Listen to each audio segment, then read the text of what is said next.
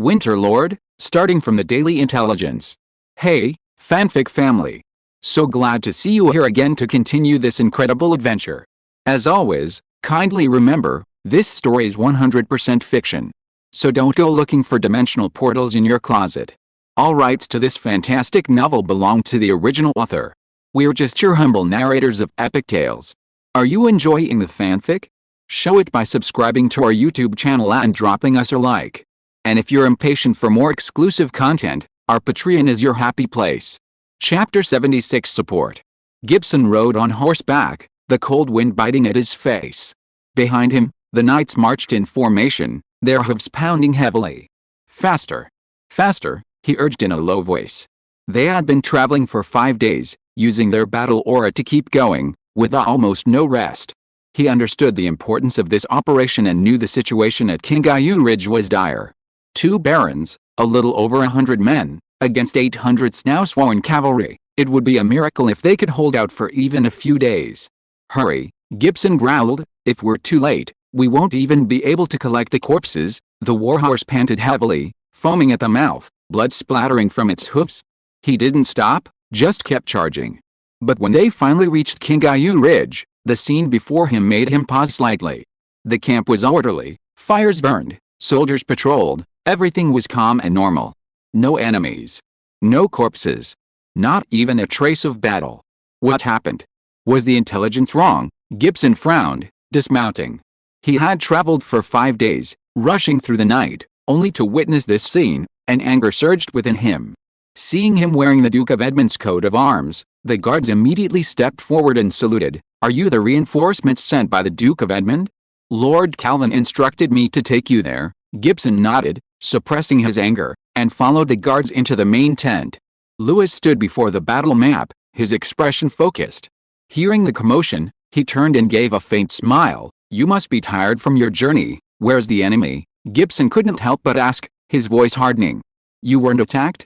Or is the intelligence false? He stared intently at Lewis, his tone filled with rage.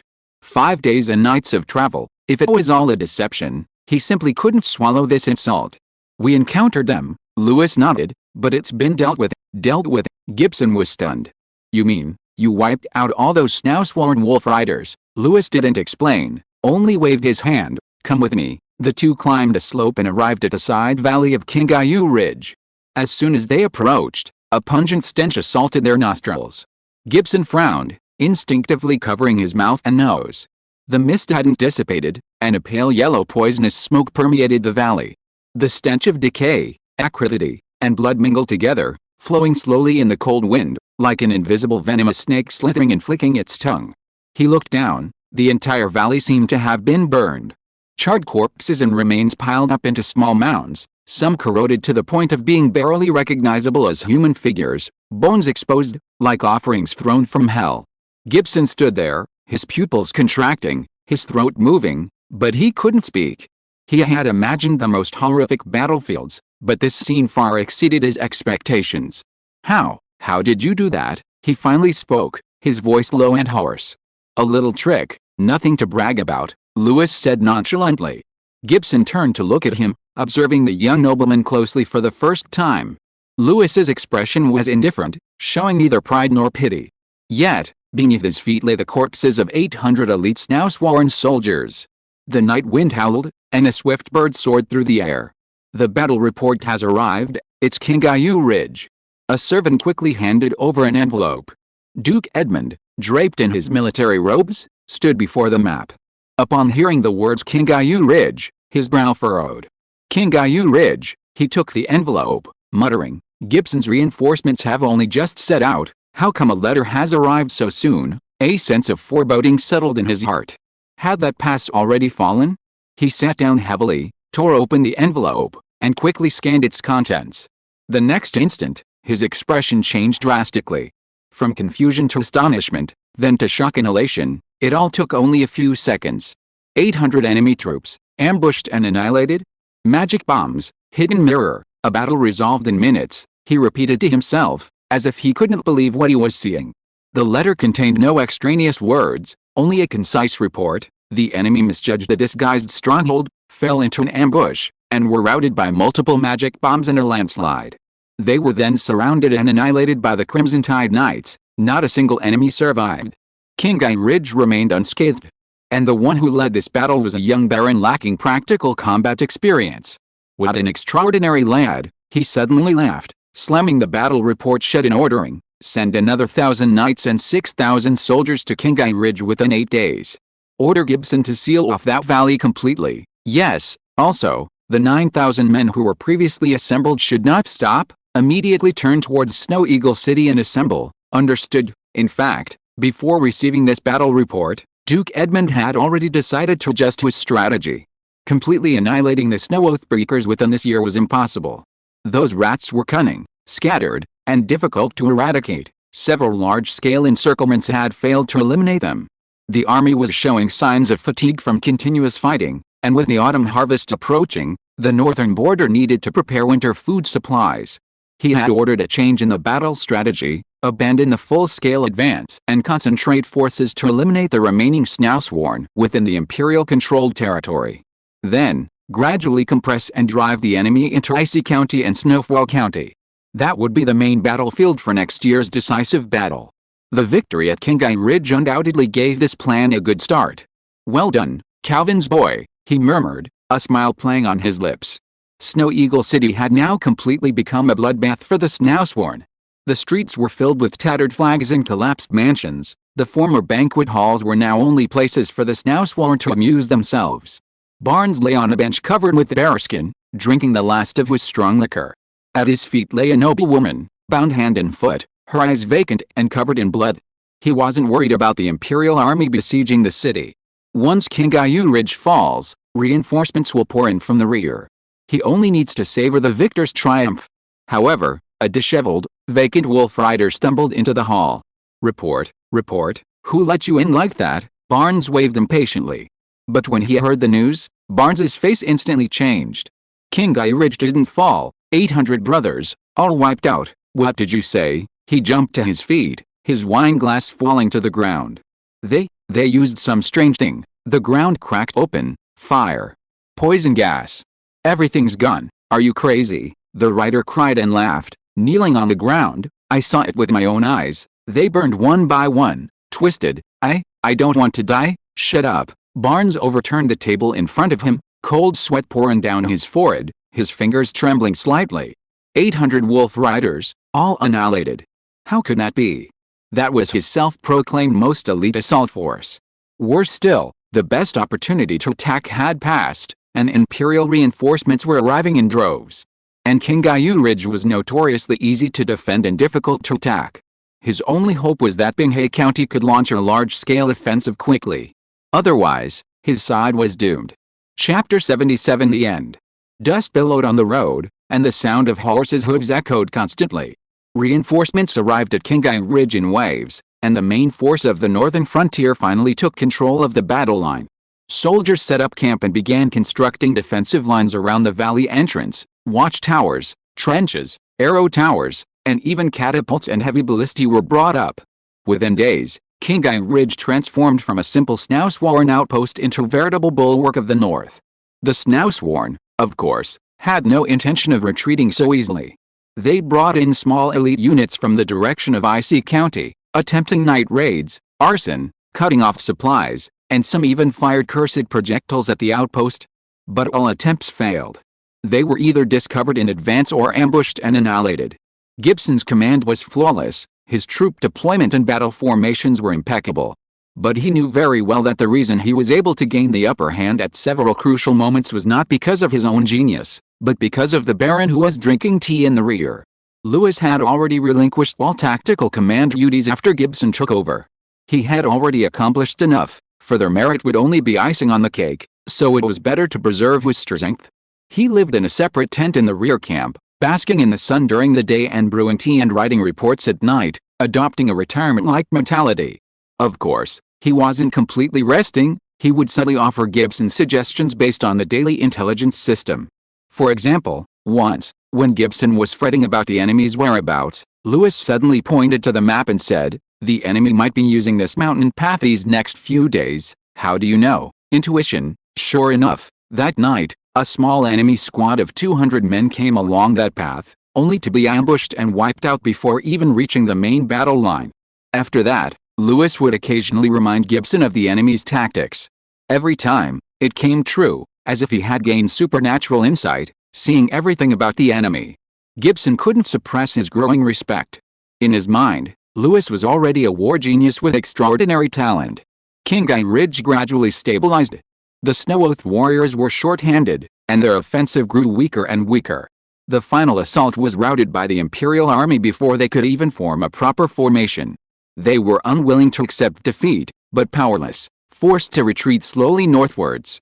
The vital passage to the northern border, Conqueror Ridge, was finally firmly held. Snow Eagle City finally succumbed.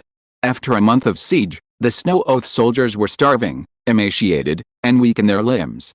Even the war wolves were skin and bones, barely making a sound under their feet. They had run out of food. And they had run out of people. Besides the Snow Oath members themselves, there was no one left alive in the city. Flesh and blood became their only sustenance, and charred bones filled the fires beneath the city walls. This was not an army, it was a pack of beasts driven mad by despair. Barnes stood on the ruined platform, gazing at the thick, dark clouds in the distance. Instead of reinforcements, he received only utter silence. He finally understood, no one would come. The reinforcements from Icy County were nothing but his own illusion. So he ordered a breakout. Anyone who hesitates will be beheaded by my own hand. That day, he personally killed 2 of his personal guards who were trying to escape. The morale of the Snow Oath army was momentarily stunned by this madness, then pushed to the brink of destruction. They rushed out of the city like ghosts, roaring and stumbling as they charged outwards. But just 100 meters from the city gate, the Empire's ambush appeared. Archers on both sides of the mountain wall were already waiting. Loose the arrows. A rain of arrows fell like raindrops, their cold light descending from the sky. The already hungry Snow Oath army couldn't withstand it at all, and after only a few steps, their formation collapsed. Some even threw down their weapons and fled for their lives. Barnes was still yelling, "Hold on! Anyone who retreats," before he could finish speaking, an arrow pierced his thigh. Then his shoulder, chest, and abdomen. He fell into a pool of blood like a tattered sack, his hands still trembling as he tried to pull out the arrow, but his body wouldn't obey him. Blood stained the ground a deep red, his lips twitched, and he looked up, staring intently at the northern mountain ridge. That was the direction of the reinforcements he had been waiting for all month. He was dead, dead like a dog. Without command, the breakout became a one-sided massacre. The Imperial Army had already formed ranks, and the ambushers on both flanks converged like a tide. After 3 volleys of arrows, most of the Snowsworn had fallen. The remaining men tried to charge, tried to break through, but their horses couldn't run, their infantry couldn't move fast, and the entire force was like a swarm of insects struggling in a swamp. They couldn't hold out for 10 minutes before the entire Snowsworn army collapsed completely. The Imperial Army didn't hesitate, they expressionlessly slaughtered those who tried to struggle. Blood stained the ground, severed limbs and remains were everywhere, and you could hear the crunch of bones breaking underfoot. This was a reckoning. Every cry from Snow Eagle City was remembered. Now it was time to repay them. Half an hour later, the Imperial Army launched a general attack on Snow Eagle City. There was no resistance from within the city, they simply pushed open the dilapidated city gate. Most of the Snowsworn had died during the breakout, and the rest had long since given up in despair. Imperial soldiers entered Snow Eagle City as if stepping into a living hell. The streets were littered with charred bones, charred wooden houses still smoldering, and the air thick with the stench of decay and blood, utterly repulsive. Anger, resentment, and malice erupted at that moment. Kill them all, and so, there were no prisoners, no interrogations. The Snow Oath breakers were utterly wiped out. Post-war Snow Eagle City was nothing but ruins, the Snow Oath breakers suffered a crushing defeat, and the situation deteriorated rapidly. Except for the northern Icy County and Snowfall County, which barely maintained control, almost all other areas were wiped out by the Imperial Army. Numerous strongholds were destroyed, supply lines were severed, and main forces were annihilated one after another. The fall of Conqueror Ridge and the fall of Snow Eagle City meant that this southward campaign had completely collapsed. Elder Grom slammed his hand on the stone table, glaring angrily.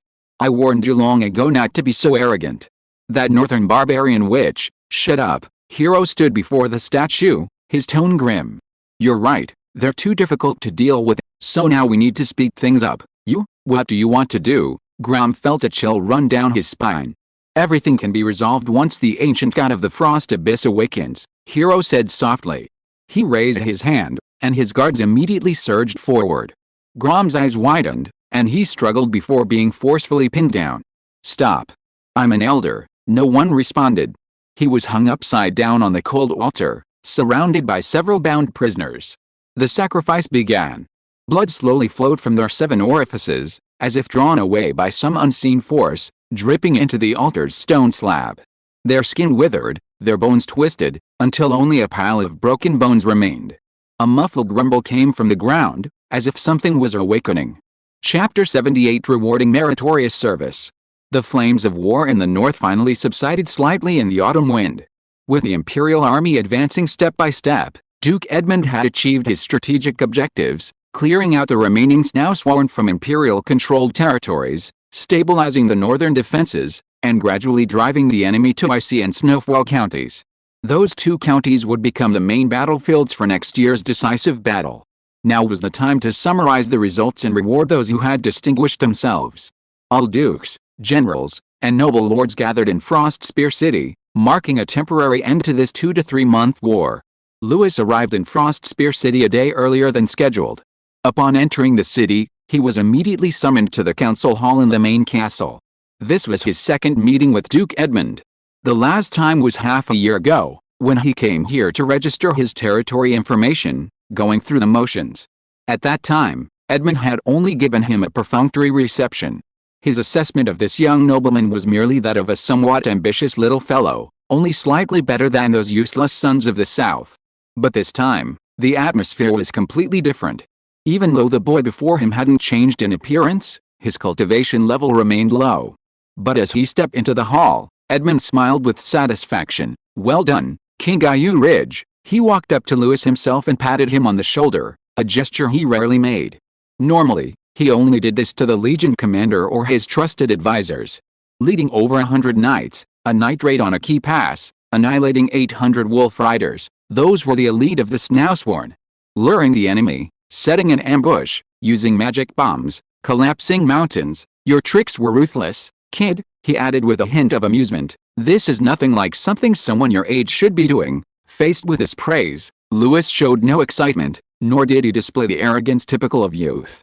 He simply bowed slightly. If King Ayu Ridge had fallen, the rear would have been in chaos. I merely fulfilled my duty. His attitude was humble, but his inherent confidence was undeniable. This pleased Edmund even more. Bond and Gibson both praised you as the future pillar of the North in their letters, and I initially thought they were just flattering you. But now I admit, he nodded slightly, his expression becoming serious. Even I, in your position, might not have done any better. Edmund paused for a moment, a wry smile playing on his lips. Looks like my old eyes are really going blind. I almost categorized you as one of those spineless, pretentious nobles. Baron Calvin, you've really done me a great favor this time. He then patted Lewis's shoulder again. I think you'll like the reward I've prepared for tomorrow's awards ceremony. The banquet hall of Frostspear City was lavishly decorated for the occasion. The battle flags of the various northern nobles hung on the walls, fluttering silently, proclaiming their respective glory and heritage.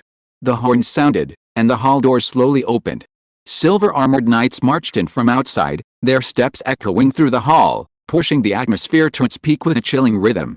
Duke Edmund entered the hall under the watchful eyes of the crowd, his tall figure like a city wall.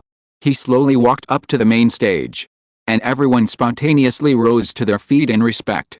The commendation ceremony officially began. In the front row below the stage, a young man sat quietly. Lewis Calvin, the pioneering baron from the south. He was the only young nobleman from a non-northern family in the front row of the hall. Adjoining him were seats held by a group of established nobles, all earls and viscounts with large fiefs and long service. Lewis stood out conspicuously. Who's that? A kid from the south, the pioneering baron? He gets to sit here. Whispers flowed like an undercurrent among the guests. Some northern nobles cast scrutinizing glances. Some were contemptuous, some questioning, and some even carrying an undisguised disgust. They were unwilling to admit that a young man with no roots in the north was arranged to sit on equal footing with them. However, facing all the gazes and whispers, Lewis's expression remained unchanged. He simply sat there quietly and unassumingly. Edmund stood on the high steps of the main stage, his voice echoing throughout the banquet hall. In the name of the Empire, as the governor of the North, I thank every general, every soldier, and every citizen who never retreated. You defended the North with your blood and iron will. He walked slowly forward, his tone gradually rising. The Snowsworn burned cities, abducted people, and slaughtered the innocent. They attempted to awaken the spirits of the old Snow Kingdom and tear apart the Empire's borders. But they were wrong. It was you who used swords and blood to tell them that the North would not yield. It was your unity and valiant fight that allowed the Empire's banners to still fly over the snowfields. I am proud of you. Next year, we will utterly end them in Icy County and Snowfall County. And today, we must remember those brave men and reward them accordingly. For the Empire will not forget the warriors who fought for it. As Duke Edmund took his seat, a military officer ascended the steps, unfurled a long scroll of parchment, and announced in a booming voice, in accordance with the results of the Frostspear City Military Affairs Council's review, the list of those commended for their contributions in the campaign to eradicate the Snowsworn is now being read. The hall fell silent. Everyone held their breath, their eyes fixed on the main stage. The military commander announced loudly, First Merit, Earl Abbott, leading the 3rd Legion on the southern front to wipe out the Snowsworn guerrillas, annihilating 3,700 enemy troops, capturing 3 enemy strongholds, and consolidating the Windscreen Gorge defense line. He is hereby awarded the Shield of the North Medal, a reward of 30,000 gold coins, an additional 2,000 square kilometers of land, and 1,600 war horses. The burly Earl Abbott, in his 40s, rose from his seat and walked expressionlessly up the steps. He knelt on one knee, and Edmund personally pinned the Shield of the North Medal to his chest. The entire hall fell silent, no one questioned his merit. He had mobilized a full 4,000 men to sweep away the remnants of the enemy, a truly remarkable feat. Then the military commander continued reading, Second Merit, Earl Grant. In conjunction with local troops and the 1st Frontier Legion, he wiped out the Snowsworn forces lurking in Mistpine County, destroyed 7 enemy strongholds, and captured 21 traitors. He is hereby awarded the Shield of the North Medal, a reward of 15,000 gold coins, and an additional fief of 1,500 square kilometers. This time, an elderly nobleman with snow-white hair stood up. His expression was solemn as he slowly ascended the steps and bowed to receive the medal.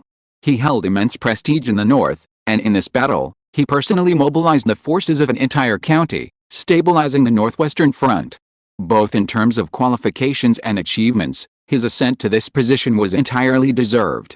The entire hall erupted in applause. Just then, the military commander raised his head and uttered the 3rd name. This shocked and bewildered everyone present. Chapter 79 Merit. 3rd Merit, Baron Calvin, Louis Calvin. The adjutant's voice fell, and the entire banquet hall seemed to be struck by a magical bomb.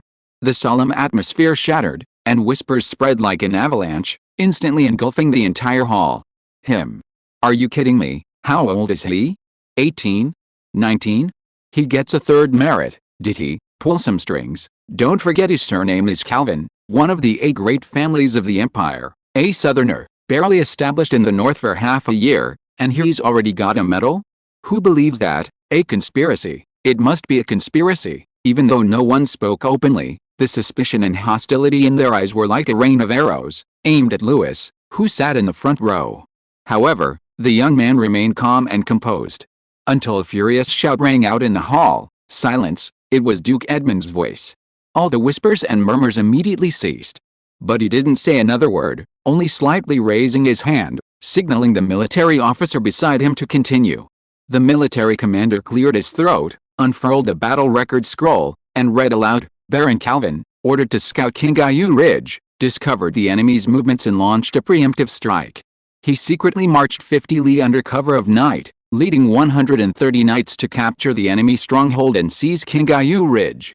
Then, he laid an ambush, using magic explosives and the mountainside in conjunction with ambush tactics, severely damaging 800 elite enemy wolf riders, annihilating them entirely, with no casualties on his side. A collective gasp filled the hall. Many nobles stared in astonishment. 130 against 800? And not a single one was killed. Elite wolf riders? Aren't those the Snowsworn's elite troops? He only brought 130 men. The military commander didn't pause, and announced, The Battle of Kingayu Ridge successfully defended the vital passage to Binghai County, thwarting the enemy's plans. This move directly kept the enemy's main force out, stabilizing the northern defense line. According to the military department's assessment, although the results were not as large as those of the previous two noble earls, under the circumstances of extreme resource scarcity, insufficient manpower, and isolation, Baron Calvin achieved the most outstanding result of this battle. The nobles exchanged glances, many with complex expressions. They put themselves in that battlefield, in the shoes of this young nobleman. To be honest, if it were them, they probably couldn't have done this. Gradually, the whispers took a turn for the worse. He's really got some skills. Ranking him third in battle merit isn't unfair. He may be young, but his courage and judgment are impressive. Yes, if Kingayu Ridge falls, who knows how long the war will drag on. More and more nobles looked at the young man standing on the stage, their eyes filled with respect. Meanwhile, those who had initially been dismissive quietly shut their mouths and put on smiling faces. They began to plan whether to approach this young baron at the party later. After all, truly capable nobles are welcome everywhere, as long as they have no enemies. Of course, there were also a few sour voices whispering.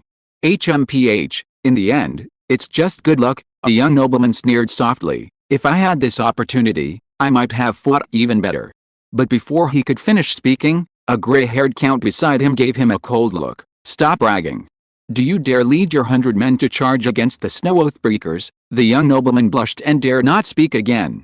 The military commander waited until the crowd quieted down slightly before continuing to read aloud. Baron Calvin, for his extraordinary courage and strategy displayed in the Battle of Kingayu Ridge, the Duke hereby bestows upon him the following rewards: a Shield of the North medal, a reward of 20,000 imperial gold coins, an additional 1,000 square kilometers of land located near his existing territory, 800 war horses, 1,500 standard infantry lances, and 500 heavy shields. The hall fell silent after the announcement. Even those who had witnessed the previous two earls' awards couldn't help but gasp. That's too much. A new fief of 1,000 square kilometers, that's a scale even a viscount might not have, and the Shield of the North? To receive something like that at this age? Standing at the front, Louis remained outwardly calm as the rewards were read aloud. But his hand, hidden beneath his sleeve, clenched slightly. A fiefdom of 1,000 square kilometers, 3 times larger than his Red Tide territory, was practically a guaranteed path to becoming a quasi-viscount. The gold coins, war horses, and weapons directly provided him with a formidable fighting force. And the Shield of the North was no ordinary war souvenir. It was awarded only to nobles and generals who had distinguished themselves on the battlefield. The recipient's family banner would be displayed in the Northern War Banner Gallery, forever commemorated. It was a coveted symbol of honor for all Northern nobles and officers, one of the highest honors in the North. Its practical benefits were numerous. Holders of this medal could directly attend and observe the Northern War Council meetings, even having the right to speak, with treatment equivalent to that of an Earl-level advisor. The Empire would also provide priority in supplying weapons to their fiefdom. Furthermore, they would receive an annual stipend of 2,000 gold coins from the Imperial Treasury, for fiefdom development or personal use. While this might be of little use to the first two earls, for Louis, it was the highest honor and reward. Even though he was mentally prepared, he had to admit that the reward was far too great. No matter how turbulent Louis's heart was, his expression remained calm and composed as he ascended the steps. In the back rows, some nobles meeting him for the first time couldn't help but murmur in amazement.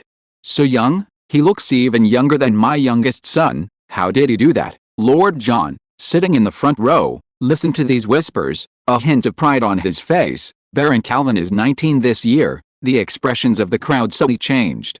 19 years old, and already achieving such a feat. On the stage, Duke Edmund personally pinned the Shield of the North medal on Louis's chest. The silver and blue shield-shaped badge shone brightly under the lights. Well done, Baron Calvin. Edmund patted him on the shoulder. You've proven yourself with your achievements. He paused, then added, I have submitted an application for a title of nobility to His Majesty the Emperor, requesting a viscountcy for you. Hearing this, the entire hall fell silent once more. Louis gave a slight bow. Thank you, Your Grace. He showed little emotion, as if it were all to be expected. Chapter 80. A World Apart. Duke Edmund's promotion of Louis wasn't solely due to his brilliant victory. There were deeper considerations. The heavy casualties among the southern settlers during the campaign had already sown discord among the southern noble families. Although everyone knew those spoiled brats had come to the north merely to fulfill their duties and claim fiefs, the sheer number of deaths was difficult to explain, inevitably raising suspicions that the northern nobles were deliberately using him as a pawn. Promoting Louis, a southern settler baron, was the best response. It wasn't that the north was xenophobic, it was that they were all too useless. If you had half his ability, you would have survived and distinguished yourself. Louis, on the other hand, benefited from this. Thus, Louis calmly descended the platform. His steps were unhurried, as if he had just received not the coveted medals and honors of the nobles, but a trivial daily ritual. Yet, as he passed, the nobles gazed at him with undisguised envy. Now, no one dared to underestimate this 19-year-old baron. The rewards continued. One by one, the names of the award-winning nobles were announced, but none of them were names Louis recognized. They were mostly old nobles from the north, with very few from the southern pioneers. Then the military commander's voice rang out again. Baron Yorn Terhoy, second-class military merit. Yorn, sitting in the back row, nearly jumped out of his chair, instantly snapping back to reality, his face beaming with 2,000 gold coins as a reward, plus an additional 100 square kilometers of fiefdom. Yorn slapped his thigh, tears welling in his eyes. Sucking up to the boss was definitely the best decision I ever made, although he had basically been following along, a cheerleader at the back of the column. He hadn't actually been on the battlefield. But his knights had contributed significantly in the Battle of Kingayu Ridge. To actually get military merit and such a huge reward felt like he'd just bought a lottery ticket and won the jackpot. Yorn mentally gave himself a thumbs up, thinking, as expected of me, I really had the foresight to choose the right patron. After reading through the long list of commendations, the military commander turned the parchment in his hand, his tone suddenly turning cold. The commendations are over. Next, we will announce the names of those who failed in their duties despite their military achievements. The hall fell silent instantly. Even the nobles who had been whispering among themselves fell silent. Armored knights slowly entered, escorting several officers in noble uniforms through the back door. Their faces were ashen, and they were still trying to explain themselves in hushed tones, their eyes darting around in fear. Louis recognized one of them. The man with the golden brown curly hair and disheveled appearance was none other than Zachary Diaz. Many of the southern pioneer nobles exchanged glances, their eyes flashing with surprise and a subtle schadenfreude. Meanwhile, John, sitting in the back row, was grinning from ear to ear, muttering, what did he think he could compete with a boss for? Now they're worlds apart. He liked to play tricks, and now he's getting his comeuppance. He had thought Zachary would only be fined, never expecting him to be put on the disciplinary list. The military commander, expressionless, coldly announced, Zachary Diaz, former commander of the Western Defense Zone of Snow Eagle City.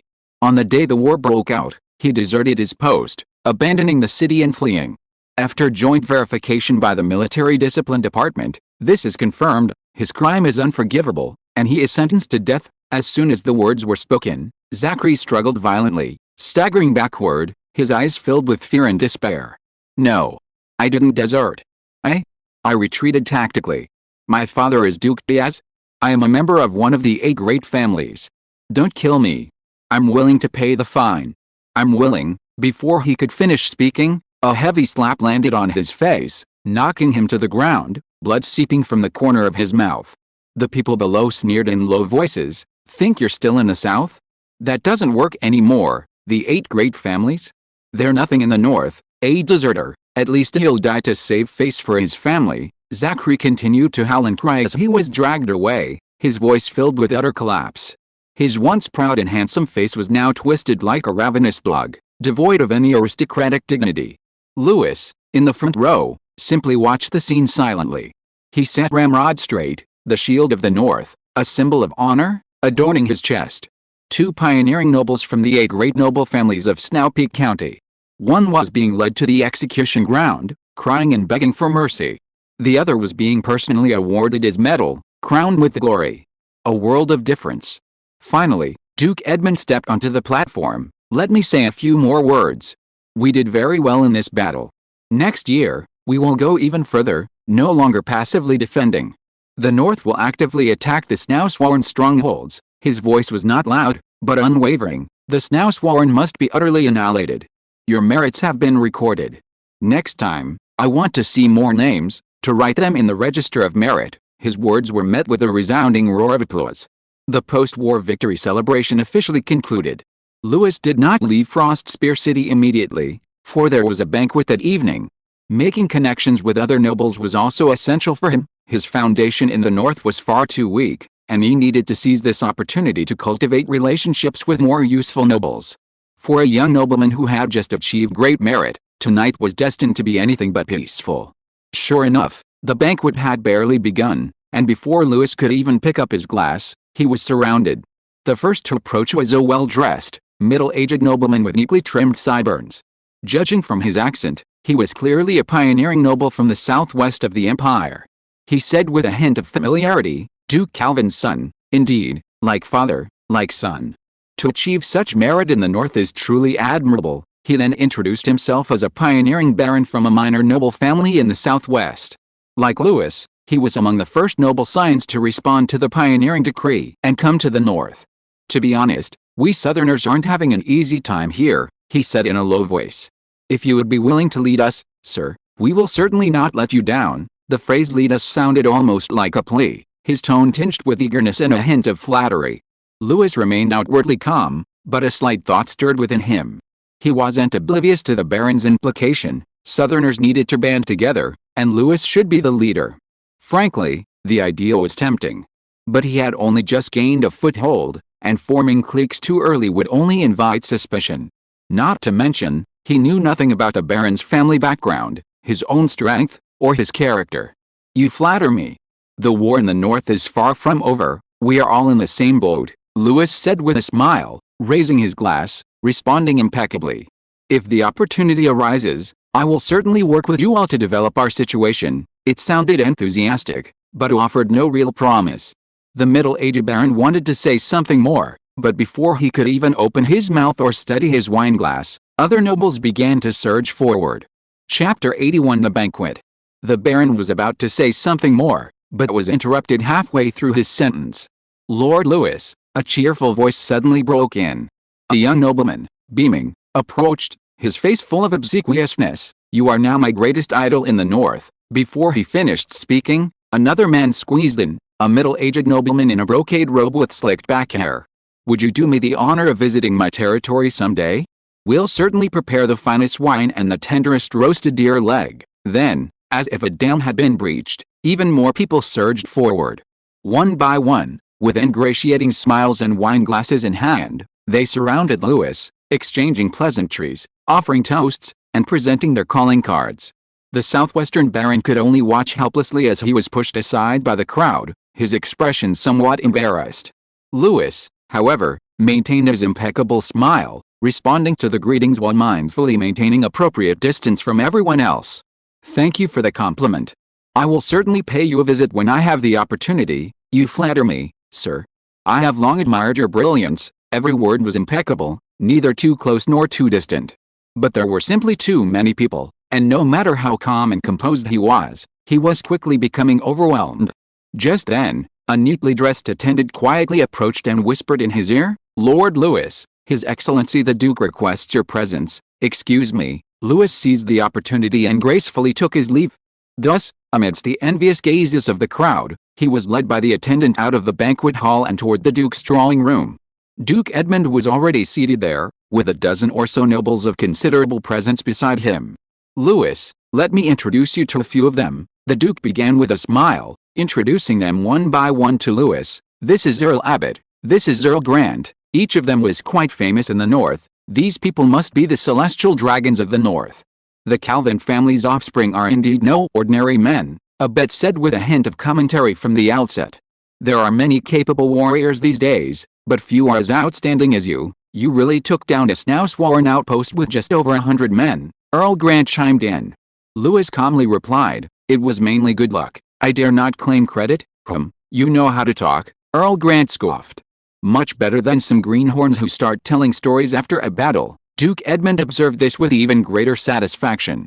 He smiled slightly and said, "I invited him here today hoping he can integrate into our northern community as soon as possible." The nobles exchanged glances, a hint of surprise in their eyes. "This kid, he just won one battle?" While it was indeed impressive, the Duke was making a big deal out of it. But those present were all Edmund's vassals, so naturally no one dared to openly contradict him. Count Abbot thought for a moment, then raised his glass, his tone hearty, young in years, but with a bright future. "We are about to have another excellent companion." Lewis smiled and raised his glass in return. "Thank you for your kind words. I will certainly live up to your expectations." The men smiled and nodded, and after some pleasantries, the topic gradually shifted. The nobles discussed the most practical issue: winter. "The snow will probably come early this year. The houses on my estate are only half finished. I wonder how many more people will freeze to death." "That's easy to solve.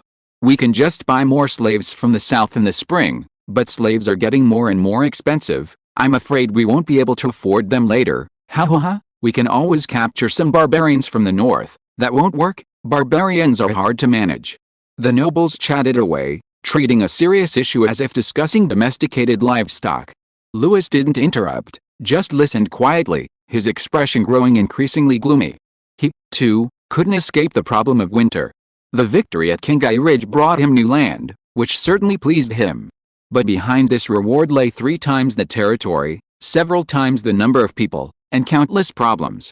Moreover, this year's situation was somewhat special. A large-scale war had just taken place, and supplies would only be scarcer. He knew very well that without adequate preparation, thousands, even tens of thousands, of his men would die over the winter. Chicheo territory could manage. Thanks to smoked fish and this year's harvest, they could maintain their basic needs for the time being. They had enough houses, and geothermal activity within the territory would prevent them from freezing to death for the time being. But the newly acquired areas, the people were wearing thin linen clothes, the roofs were still dilapidated, and a blizzard could very well be a catastrophic disaster. These old nobles spoke lightly, but their families had cultivated the northern border for many years, possessing deep resources. A single winter wouldn't cripple them. Besides, they didn't care about the lives of the lower-class people. If they didn't have enough people next spring, they would simply buy more from the south. Hey, the slave population was full again. This was much easier than sustaining slaves. But Lewis couldn't be so cold-blooded. He still wanted to save more people. Prepare more food, build more houses, gather more firewood. But such a challenge required much more effort. Just as Lewis was silently pondering the future of his territory, the nobles' conversation took another turn. "Those pioneering nobles are a joke, a bunch of good-for-nothings. War only makes things worse, and territorial construction only burns money. Quite a few died in this war, though. HMPH, good riddance," one sneered. "It saves us the trouble of cleaning up their mess." A few soft echoes resounded in the drawing room. No one noticed that Lewis, sitting to the side, was one of the so-called pioneering nobles, but his expression didn't change. He simply quietly picked up his glass and took a sip of wine. Indeed, Lewis was different from those people. He wasn't the good-for-nothing they described, and he did a better job than most northern nobles. That's why they forgot that this young man was originally just a newly exiled noble. But not all pioneering nobles are useless. Earl Abbot glanced at Lewis and casually added. Duke Edmund smiled, seizing the opportunity to bring up something he had prepared to tell everyone beforehand. "Speaking of pioneering," he said casually, yet his tone was unmistakable, "His Majesty has been making some moves lately." Everyone paused slightly. "His Majesty intends to expand southward in a few years, targeting those small countries in the southeast," Edmund said softly. "And wants some nightly reinforcements from our north." The air tightened immediately after he finished speaking. "Us again," Earl Grant frowned. "We can't even finish our own wars." "That's right, the Southerners only know how to bleed us dry," another noble complained. If you are listening to this novel on a channel other than Fanfic World, it means it was downloaded and re-uploaded without effort. We warmly invite you to visit our channel, Fanfic World. There you will find the original version of this story and many other novels of various genres. We look forward to seeing you dive into a world of incredible novels. Chapter 82 Marriage Alliance. "It's us again," Earl Grant frowned. "We can't even finish our own wars. This time is different." Duke Edmund's gaze swept meaningfully across the crowd. "After it's done, the southern lands can be divided." A brief silence fell over the drawing room. Then came a cacophony of voices. "That's a good place, much better than these frozen ravines here. His Majesty finally remembered to compensate us." "Huh, compensation? This is clearly sending us to be the daggers to cut those old Southerners." But I'm willing to be the dagger. Those southern cowards, who can they beat? We'll be the ones carrying the load, fight it outright. As long as we get land, I'll go to the front lines. Laughter, whispers, and toasts gradually mingled. Excitement fermented in the air. Even several nobles who had initially been indifferent had their eyes light up. The land in the north was too harsh. Preparing firewood and food for winter alone could overwhelm a baron's entire estate. Every snowstorm, every livestock epidemic, every war, these were realities they had to face. But the emperor had spoken. As long as they sent troops, as long as they won, they could step from this snow-covered, frozen land into the sun-drenched, fruit-filled south. What did that mean? Lower security costs, higher taxes, richer trade routes, a more valuable population. A fiefdom that could truly be passed down for 3 generations would provide the family with another good way to survive. These northern nobles were already accustomed to fighting in the snow and wind, relying on war for sustenance. Now, with such a tempting offer, how could they not be eager to part with it? As dusk fell, the banquet ended in a lively atmosphere. The nobles left in 2s and 3s, their laughter and the aroma of wine still echoing in the hall. Louis, however, was kept behind by Duke Edmund. Only a few lamps remained in the hall, their warm light reflecting on the Duke's amiable expression. Too many people died in the Battle of Snow Eagle City, Duke Edmund said, his tone heavy. Especially the nobles of Snow Peak County suffered heavy losses. Louis listened without speaking. The Firth family is finished. Most of their territory has been taken back, and a few have been given to distant relatives. Snow Peak County is now leaderless. The Duke's tone shifted, revealing a meaningful smile. I want you to be the governor of Snow Peak County. Louis paused, his eyes subtly changing. The governor was more than just a title. It meant he could oversee the military operations of the entire Snow Peak County, with the right to mobilize noble knights. He could also directly conscript his subjects, build defenses, and procure supplies during times of war. It meant he could collect taxes from the county's affiliated villages and territories on behalf of the empire, though he could also take a cut for himself. It also meant he could preside over county council meetings, mediate noble disputes, and act as the arbitrator of the region, 3 parts warlord, 3 parts administrator, 3 parts gangster boss, and the rest like a concerned neighborhood committee director. The rights and benefits that could be gained were considerable. Louis was very tempted. But he also knew that this was not a pure reward, but also came with corresponding obligations. You know what this means, the Duke said. That place is not an empty plot of land now, it's a mess. I am willing to take on this responsibility. Louis replied softly. Edmund nodded, then added, Snow Peak County suffered heavy losses after the war. Many of its people died, and refugees scattered everywhere. If you have the capacity, you can help them. Of course, all of this is a mess left by that fool, the Firth family. I won't blame you for not being able to do it, but I hope you can. Louis was silent for a moment, then nodded. I was already planning to do that. Duke Edmund patted Louis on the shoulder in approval, but his gaze was a little too affectionate. Louis could also sense that the gaze was a bit strange, but he couldn't quite put his finger on what was wrong, and simply nodded politely in thanks. However, he didn't know that Edmund had already written a letter that afternoon and secretly sent it to Duke Calvin's mansion. The subject of the letter was only 2 words, marriage alliance. This was not a sudden whim. In fact, Edmund had considered the idea of a marriage alliance months ago. Although none of his direct descendants had yet married into the southern nobility, he had always encouraged his family members to intermarry with southern elites. After all, the north was harsh and resource scarce, and to secure a future, expansion southward was essential. He himself had long planned to lay the groundwork for potential southern fiefdoms. Marriage alliances were the safest way to gain political support. However, such alliances couldn't be chosen casually. The families had to be of equal social standing, and the individuals needed to be of good character and ability. Currently, his only eligible daughter was Emily. This youngest daughter, whom he loved most, was intelligent, gentle, and not prone to causing trouble. Although he had considered marrying her to the heir of a southern duke, the thought of sending her alone to a distant land made him back down. Then, after the Battle of Kingayu Ridge, a young nobleman named Louis Calvin emerged. At such a young age, he was able to lead raids, ambushes, and annihilation of the enemy, significantly accelerating the war in the north. He was also a direct descendant of the Calvin family. The Calvin family, one of the 8 great families of the empire, held sway in the southeastern province. They controlled many important ports and vast salt fields, and were one of the oldest and most prestigious families in the noble council. Lineage, military achievements, ability, future prospects. Louis possessed everything one could desire. Moreover, this boy was not impetuous, acted with discretion, and could be both humble and ruthless. This included his demeanor at banquets, his poise in conversation, and his confident and composed presence in crowds.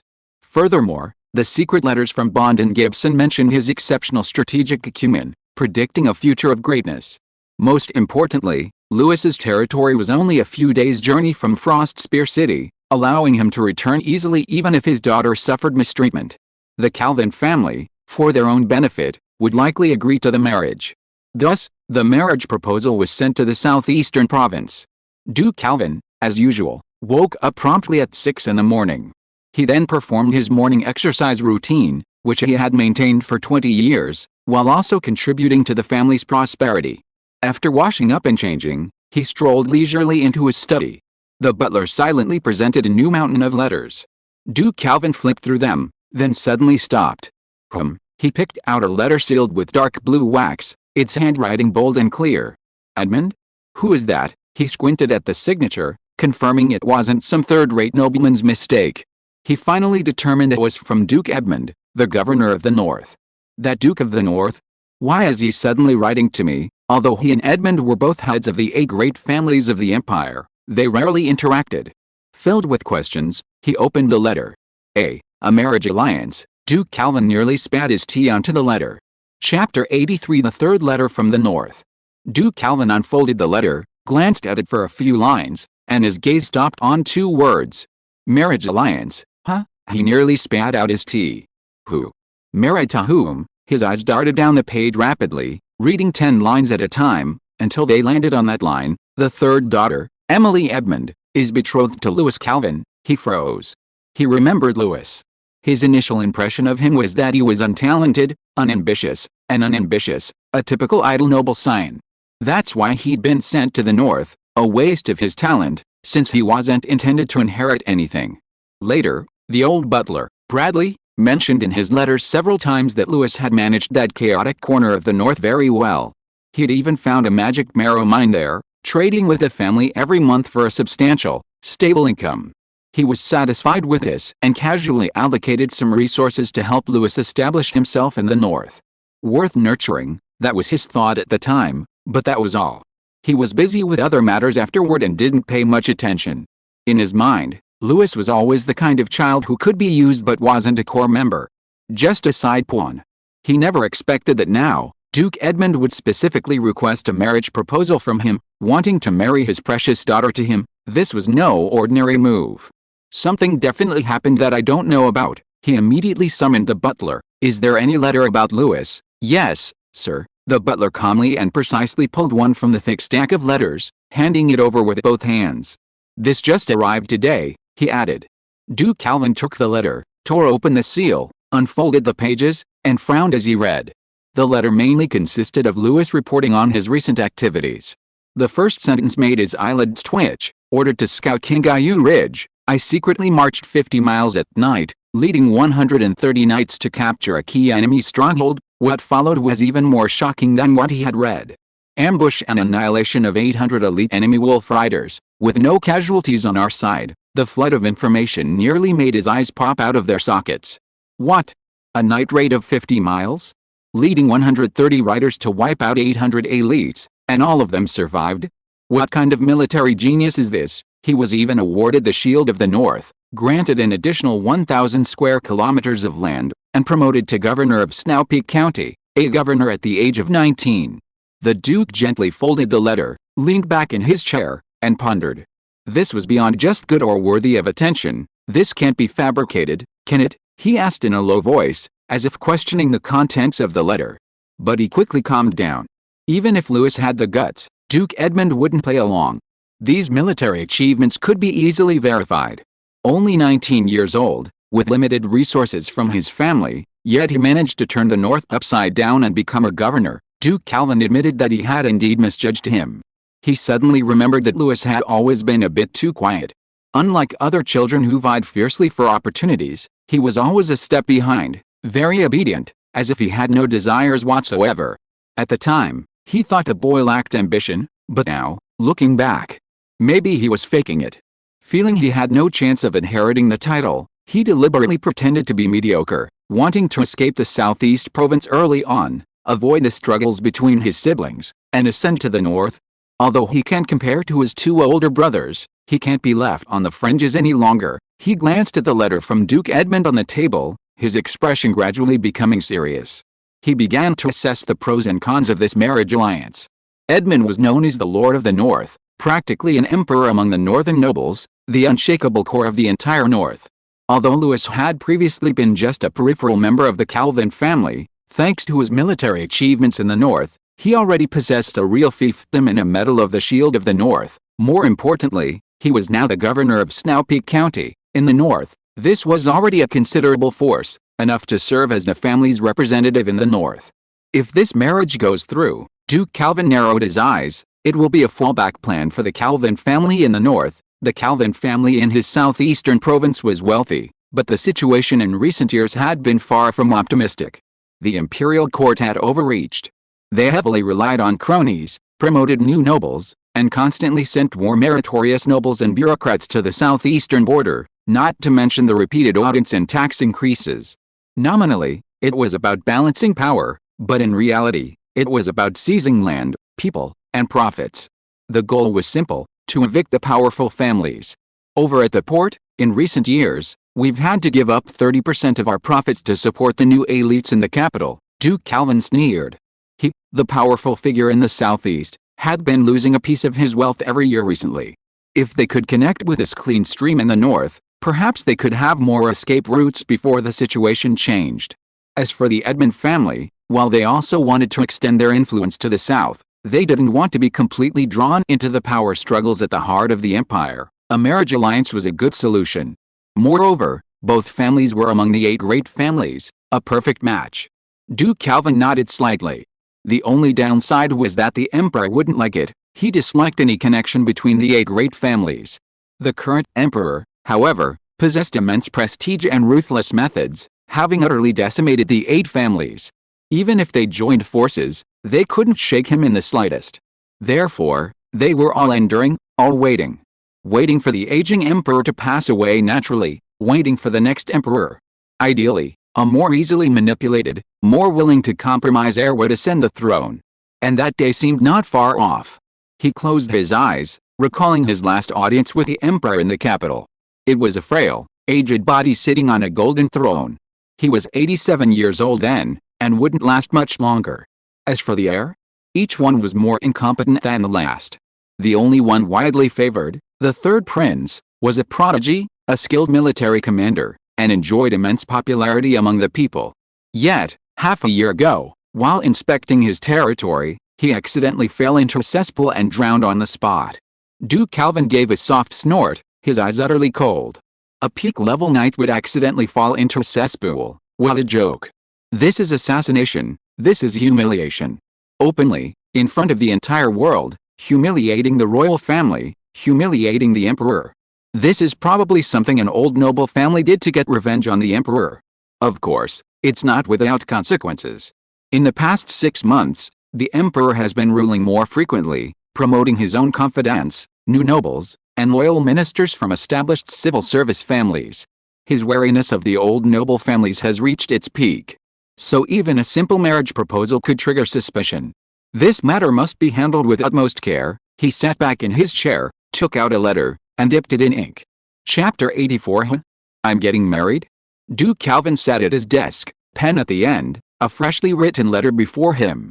He had finally made his decision, agreeing to the marriage. No family meeting, no discussion with other family members, he could make the decision himself. What kind of duke was a lord who had to consult others on such matters? As for the parties involved, Emily, the third daughter of Louis and Edmund, their wishes were irrelevant. In this ancient empire, in this aristocratic society that valued bloodlines and honor, marriages were always bargaining chips used by families for trade and strategic maneuvering. Love? That was a story fabricated by poets. A noble marriage was first and foremost a responsibility, an obligation, a union, an exchange of benefits and a consolidation of status. Enjoying the resources and prestige that came with status naturally came with a price. Of course, even acceptance didn't mean an immediate wedding. Many follow-up matters needed to be discussed. No noble marriage was ever simple. And what he needed to do now was respond, to express his preliminary intention to accept the marriage. The letter also stated that the emperor must be informed before the engagement. The reason Duke Edmund was sent to convey this was because he was one of the noble families among the 8 with the best relationship with the emperor. Duke Calvin carefully examined the letter's contents. There was no excessive emotion, no grand promises, only an expression of preliminary acceptance, giving the other party ample space while leaving room for maneuver. He nodded in satisfaction.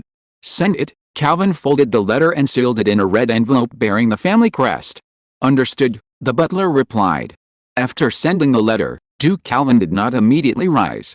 He tapped the table, his gaze darkening. That Louis, it seems he's truly settled in the north. He thought of his many children. In reality, very few could stand on their own. Now, suddenly, Louis had appeared. He had initially only considered him a capable and independent young man, but unexpectedly, in such a short time, he had already caught the eye of the Duke of the North and been betrothed to his daughter. I can give him a push, Duke Calvin muttered to himself, picking up his pen and writing down several orders. A group of loyal civil officials and stewards were selected from the family and sent to Crimson Tide territory to assist Louis in managing the new territory.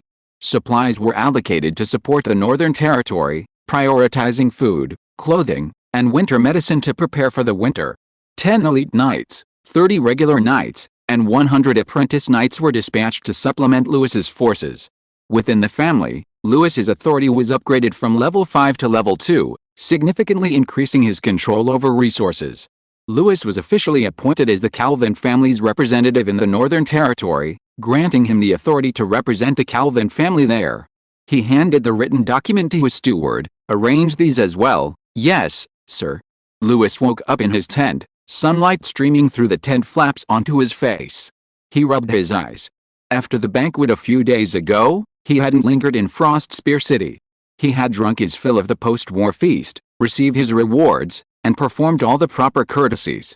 Now it was time to return to Crimson Tide territory to deal with a host of new troubles.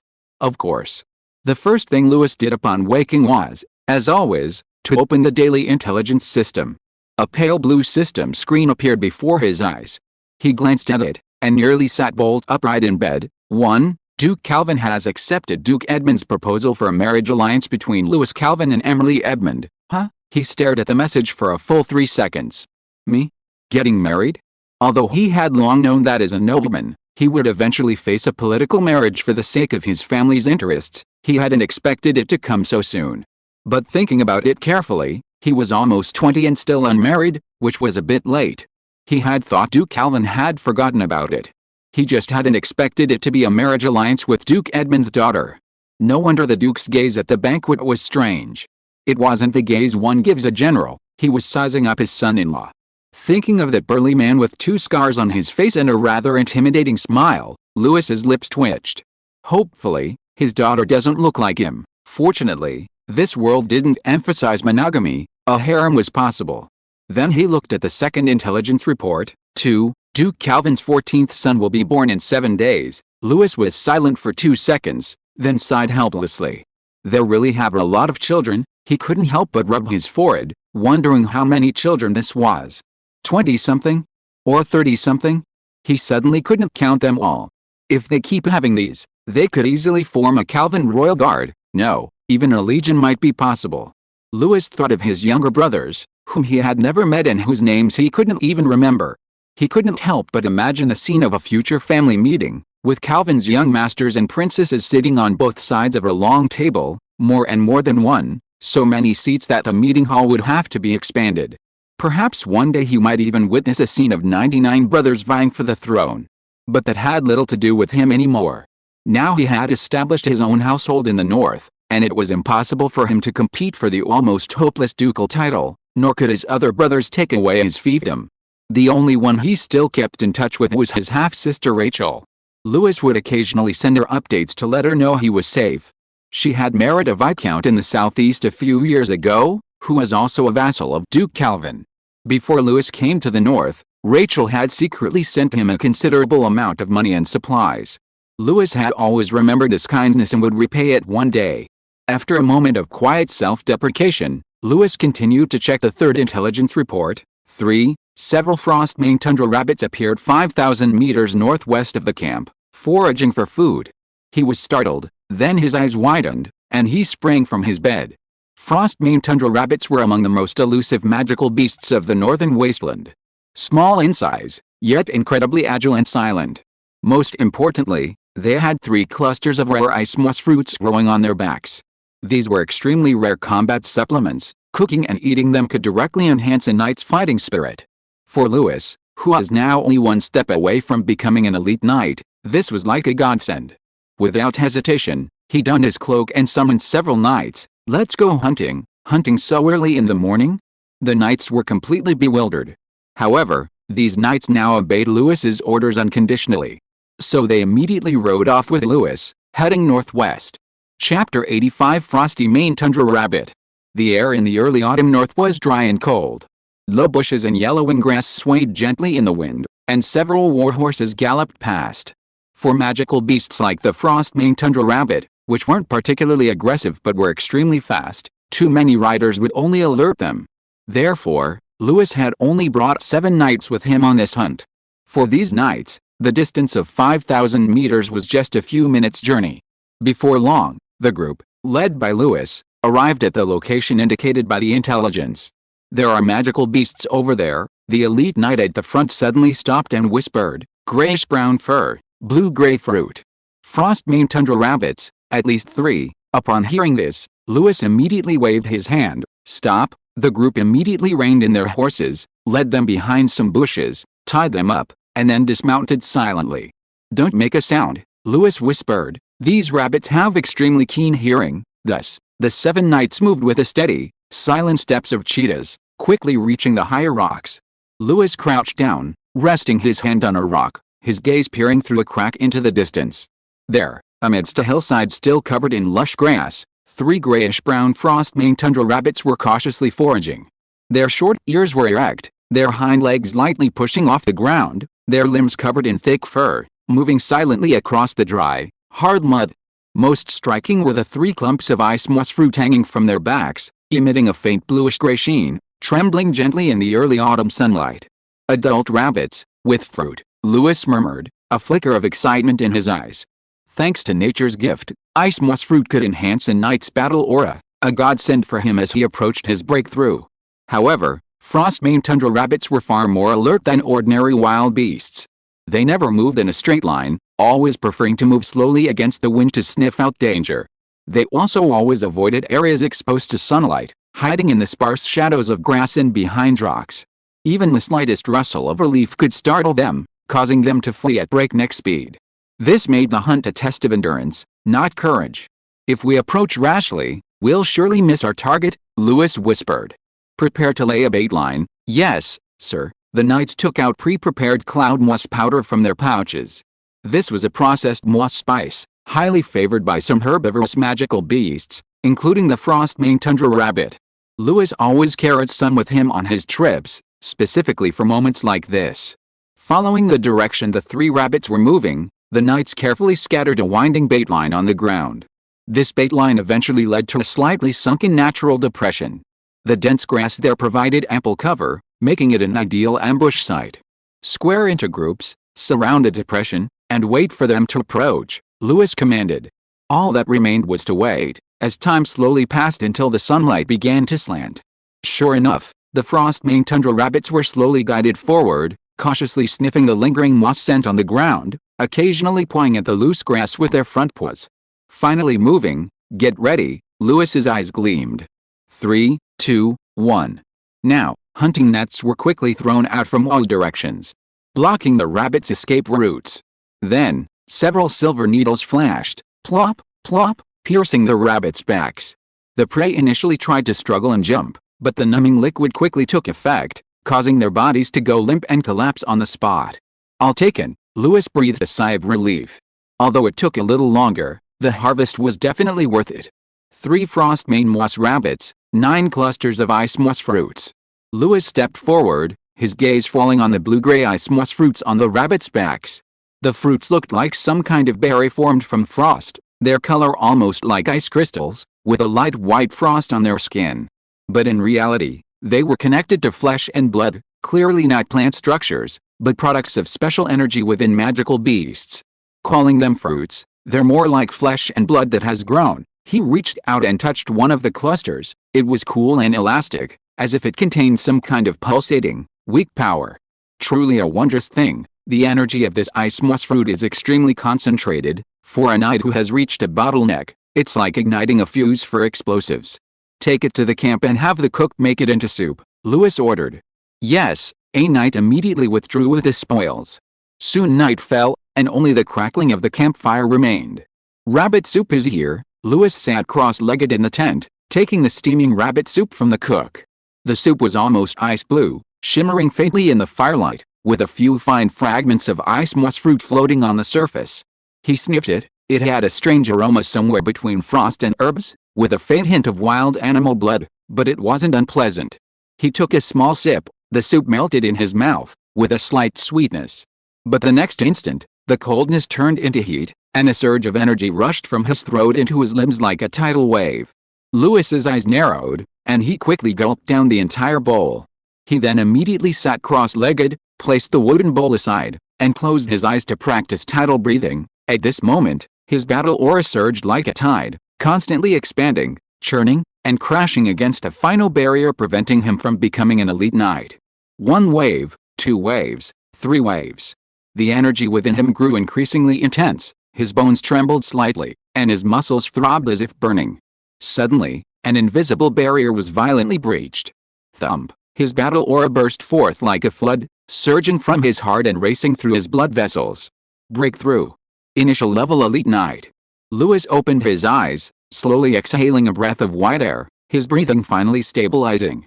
Sweat soaked his clothes, and he felt as if he had been washed clean, refreshed from the inside out. The energy within him became more concentrated, and faint ripples of battle aura appeared on the surface of his skin. Finally, I've broken through. So this is the world of elite knights. It was an indescribable feeling of lightness. Lewis felt as if a heavy burden had been lifted from him, and even his breathing became smoother. Previously, circulating his battle key required a 3-step process: concentration, guidance, and exhalation, to maintain the cycle. Now, however, his battle key flowed spontaneously like a tide, whenever he wanted. Even standing still, he could feel that power quietly flowing, nourishing his bones and flesh. But what surprised him most wasn't the breakthrough itself. It was the instant he broke through. A long-dormant ability within him was finally awakened by the torrent of battle key. This is my bloodline, awakened, Lewis murmured excitedly. Chapter 86 Bloodline Talent Trajectory. Bloodline talent is not something every knight possesses. In fact, most knights never awaken their bloodline talent in their entire lives, not even showing any signs of it. But a very few lucky ones awaken their bloodline talent the moment they become apprentice knights. Unlike martial arts cultivation, which can be accumulated through arduous training, it is purely a product of talent, even carrying a hint of destiny. And today, Lewis has finally awakened his own. The bloodline talent he activated is called trajectory. Its most basic ability is, while consuming martial arts and concentrating, to briefly predict the trajectory of a target within 2 seconds. In addition, there is a passive effect. When encountering fatal danger, it will trigger a faint premonition warning. At first glance, this ability seems unremarkable. 2 seconds? What can you do in that? But in a knightly duel where life and death hang in the balance, a 1 or 2 second advantage can be the difference between life and death. Against an opponent of equal strength, even a moment of hesitation can be the opening that determines victory or defeat. Moreover, bloodline talent is not immutable. As one's battle aura level increases, it also strengthens, even giving rise to new abilities. An excited Lewis lifted the tent flap and stepped out. The night wind blew through the camp, the firelight flickered, and everything seemed normal. But the next moment, an elite knight guarding outside suddenly brightened up and exclaimed, "Lord, you've broken through." With this exclamation, cheers erupted almost instantly. "Lord has broken through. That's wonderful. Congratulations, Lord Lewis." The knights who had been patrolling and on guard duty quickly gathered around, each face radiating genuine joy. They never lacked respect for the strong, but more than strength, they had long been moved by Lewis's calmness, decisiveness, and generosity. In their most difficult times, it was this young lord who led them across the wasteland, established a foothold in the north, slew the Snowsworn in the night battle, and seized victory at Kingayu Ridge. They were already 99.9% satisfied with this young lord. The remaining 0.01% was simply a regret that his cultivation was slightly lagging behind. But even this small regret is slowly being filled. If this momentum continues, it's not a dream for the lord to become a legendary knight. Ha ha ha ha. After the cheers subsided, Lewis suddenly spoke. I want to test my strength. He glanced at everyone and finally pointed to tall, mid-rank elite knight. You come and spar with me. This was a battle-hardened elite knight, with steady strength and a powerful aura. Moreover, he was a full rank higher than Lewis, who had just broken through. The surroundings instantly fell silent. The other knights looked at each other, their faces saying, this is not good, my lord. Being one rank lower is no joke. If Frio goes too far. Frio himself was also extremely nervous, his face pale, stammering, my lord, how about, we just go easy on him? If you go easy on him, Lewis's voice suddenly dropped half an octave, I'll kick you out of the Crimson Tide territory. Seeing that Lewis wasn't joking, the camp quieted down. Understood, Frio swallowed and nodded. Thus began a duel where the true difference in strength was evident. Lewis drew his longsword, crimson battle aura swirling around the blade like fire, hissing softly. Frio also drew his sword, his own aura ablaze with crimson energy. Both were knights of the Calvin family, though their methods of cultivating battle aura differed, they were of the same lineage, making their auras remarkably similar. Blades clashed, sparks flying. Lewis didn't rush to use his bloodline talent, wanting to test his current strength. Initially, relying solely on his quick reflexes and newly awakened fighting spirit, he managed to hold his own against Frio. But as time passed, the gap widened. Frio, after all, was a seasoned mid-level elite knight, his battle aura more profound, and his control of the battle rhythm more precise. After a few exchanges, the pressure surged towards Lewis like a tidal wave, and he began to struggle. Although he could still barely parry, the swaying of his body and erratic breathing after each block betrayed him. Sigh, the gap is still too big, Frio, that's enough. The knights watching were sweating profusely, instinctively holding their breath, afraid that their breathing would disturb Lewis. Some were already exchanging glances. Why doesn't Frio just pretend to lose by a narrow margin? Just put on a show? But at that moment, Lewis's eyes suddenly changed. Bloodline talent, trajectory, activated. At this moment, in Lewis's vision, time seemed to be paused for a moment. He saw that the next second, Frio's shoulder would slightly sink, causing his longsword to slash diagonally from above. I saw it. Lewis moved like the wind, his sword-like carrying battle aura bursting out, cutting straight into that instantaneous gap. Bang! It was the sound of metal colliding. Frio's longsword was knocked away, and he took 2 steps back before regaining his balance. Huh? The entire arena was silent for 3 seconds. Everyone's eyes widened, their faces filled with disbelief. 1 second he was on the offensive, and the next second he was down? What was that just now? I didn't see any flaws at all. It was too fast. It was like he knew what the other was going to do beforehand. Even Frio himself was bewildered.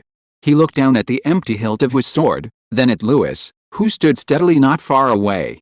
After a moment, he came to his senses and gave a wry smile. I admit defeat, sir. You are truly a master of disguise. Lewis stood there, slowly exhaling, looking down at his sword-wielding hand, his tiger's mouth slightly numb, his chest heaving. He wasn't blinded by this victory. The burst of power just now was exhilarating, fast, accurate, and ruthless. But the price was also considerable. Initiating the trajectory required extremely high concentration and would continuously consume battle ki. Indeed, bloodline talents are not something that can be used casually. Lambert stepped out of the crowd, his brows slightly furrowed. He was Lewis's guardian knight and had been teaching him combat skills since Lewis was a child. It could be said that Lewis was raised by him, but this sparring match left him somewhat puzzled. Lewis's attack methods were a familiar pattern to him, but that sudden counterattack just now completely exceeded his expectations. That wasn't something that could be achieved through skill alone. He walked up to Lewis and asked in a low voice, "Sir, how did you manage that just now?" Lewis didn't beat around the bush and replied in a low voice, "I awakened my bloodline talent." Huh? Lambert was stunned. Chapter 87 Red Tide Territory, your lord has returned. I've awakened my bloodline talent, huh? Lambert stopped in his tracks, as if he'd heard something unbelievable. After a moment, the astonishment faded, leaving only heartfelt joy for Lewis. Don't tell anyone, Lambert whispered. Bloodline talent, it can be a lifesaver in a pinch. Keep it a secret as long as you can. Lewis nodded. I know. He knew perfectly well that the fewer people who knew, the better. Telling Lambert was simply out of trust. To him, Lambert was more than just an elite knight. To the original owner of this body, Lambert was more like a mentor and father figure, teaching him combat skills from a young age. Moreover, he had sacrificed so much for Lewis. As a high-ranking elite knight of the Calvin family, he could have stayed in the family and enjoyed a life of luxury, but he insisted on following him to this impoverished and dangerous northern border. He didn't leave when Lewis was at his lowest point, and that alone made him trustworthy. Of course, there was another small reason. Bloodline awakening was such a cool thing, Lewis wanted to show off a little. That's reasonable, right? On the other side, Lambert's feelings were somewhat complicated. Before coming to the north, Lambert had only seen Lewis as an introverted nobleman with mediocre talent. To be honest, Lambert hadn't held much hope for him either. When he followed him to the north, he only wanted to protect the life of this child he had watched grow up and prevent the Calvin family from being disgraced. But he never expected that the young master who used to hide in the corner of the training ground in a daze would become a dragon soaring in this war-torn land. Not only did he manage the territory perfectly, but he was also able to lead troops to defeat the enemy, win over the hearts of the people, and become a true lord. Even now, his bloodline talent had awakened. Lambert was very happy and genuinely proud of Lewis. But deep down, a sense of unfamiliarity also surfaced. Oh, right, Lewis seemed to suddenly remember something and turned to look at Lambert with a smile. I hunted 3 frost-maned tundra rabbits today. I ate one, and just in time I broke through. You've been stuck at the high-level elite threshold for almost 5 years, haven't you? Lewis said casually. Take one and eat it. Lambert's eyes widened, and he was speechless for a moment. Stuck at this bottleneck for so long, he hadn't been oblivious to the possibility of breaking through using external resources. But given the rarity and preciousness of the frost-maned tundra rabbit, he wouldn't even dare to dream of it. He suddenly knelt down on one knee, his eyes reddening. Thank you, sir. Lewis sighed and reached out to help him up. Why are you being so polite with me? That night, Lambert quietly drank the bowl of rabbit soup. His fighting spirit surged and churned within him, his blood vessels vibrated like thunder. Finally, a low growl escaped from his throat. The bottleneck that had held for 5 years shattered at that moment. Lambert had advanced to the rank of extraordinary knight. He was also the first extraordinary knight in the Crimson Tide territory. If Lewis had the cheat ability to see attribute panels, he would have seen that Lambert's loyalty was already at its maximum. On the way back, although there were some gains, rare resources like the frost-maned tundra rabbit did not appear again. So the team didn't delay any longer and set off directly back to the Crimson Tide territory. At this time, the Crimson Tide territory was already in an uproar. Hearing that their lord had not only survived but also achieved great military exploits, the entire territory was shaken. For the first time ever, the city even granted everyone a day off. The people spontaneously gathered at the city gates and along the main road, the whole territory bustling as if on holiday. Everyone's face was filled with anticipation, yet also with unease. They feared that if their young lord died or became incapacitated, this land might return to those dark days of cold, hunger, and vulnerability. So they waited, hoped, even with a touch of religious devotion. Until this moment, he appeared. Lewis, mounted on horseback, clad in a red and black military robe, stood tall and imposing. The crowd was initially deathly silent. Then, a thunderous cheer erupted. It's our Lord Lewis, he's back. Our son has returned, it's him. It's him. Our heroic lord. The shouts were deafening. They were moved to tears, some even kneeling with their hands clasped together. Children sat on adults' shoulders, waving strips of cloth with red edges. Old Butler Bradley emerged from the crowd, his white hair flowing but his steps steady, his eyes slightly red with emotion. Welcome back, sir, he whispered, his voice brimming with joy. He had worried that Lewis might have died on the battlefield, and when the battle report reached Red Tide territory, he was somewhat incredulous, given how glorious the victory had been. When he first arrived in Red Tide territory, He felt that one day this young man would soar to great heights, but he hadn't expected that day to come so soon. Lewis dismounted and opened his arms, giving him a gentle embrace. "You've worked hard, Bradley," Lewis said softly. "I'm back." Bradley took a deep breath, his eyes slightly red. "It's good you're back, it's good you're back, sir." After a brief exchange of pleasantries, Lewis returned to his horse, and Bradley personally led it along. As Lewis headed towards the residential area of Red Tide territory, the cheers from both sides of the street grew louder. Flower petals rained down from the rooftops, scattering like rain across Lewis's path. The people of Red Tide territory were welcoming their hero with the utmost devotion. In the crowd, Will stared intently at the dashing figure on horseback. It was Lord Lewis, the man he wanted to follow for life, and he was striving for it. 2 months ago, he was just a stumbling, laughing child on the training field, mocked for not even being able to hold a sword properly. Now, he was a high-ranking apprentice knight. Even his instructors were astonished. "Of all the knights I've taught, none are as talented as you, none as diligent." Will simply smiled and continued practicing his sword, for he had a clear goal. One day, Will murmured, his voice drowned out by the cheers of the crowd, "I too will don the red and black riding robes and become a knight by Lord Lewis's side." Lewis slowly dismounted in the town center, surveying the fervent citizens around him. He raised his hand, signaling for silence. And the previously boisterous crowd quieted down within a few breaths. "Red Tide territory, your lord has returned." Without any lengthy pronouncements, Lewis's simple sentence caused the entire town to erupt like a volcano. Applause, cheers, shouts, and weeping mingled together, sweeping across the town in wave after wave. Lord Lewis. Welcome home. Chapter 88 The Return Banquet. Several days earlier, upon learning of Lewis's impending return, the old steward Bradley had begun arranging a banquet. This banquet was not merely a celebration for the knight's victory. The entire population of Red Tide territory, free citizens, slaves, and soldiers alike, were invited to the event, held in the town square. The food, while not luxurious, was plentiful. Pickled fish, smoked meat, steamed vegetables, and rye wine, served in large vats for everyone to help themselves. Suddenly, someone shouted, "The Lord is here." The laughter subsided.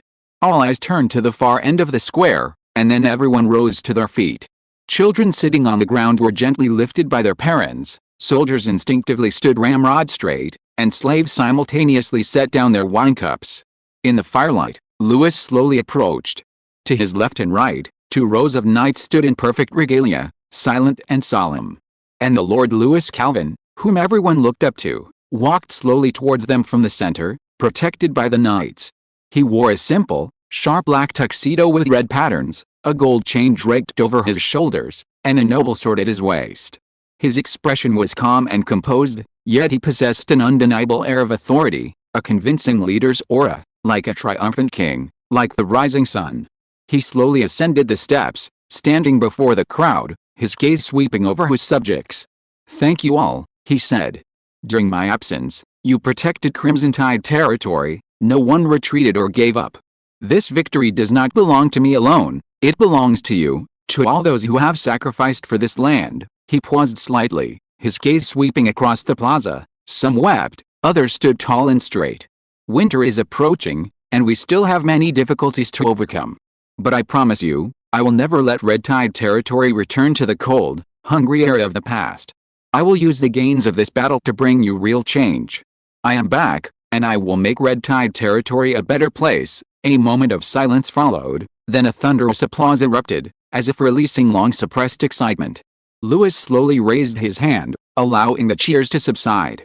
He then spoke calmly and deliberately, "There are some people who, though merely slaves, have made indelible contributions to the development of Red Tide territory with their blood and sweat." He paused, his tone firm. "I, Lewis Calvin, hereby declare the following 200 men freed from slavery, effective today." His words shook the entire hall.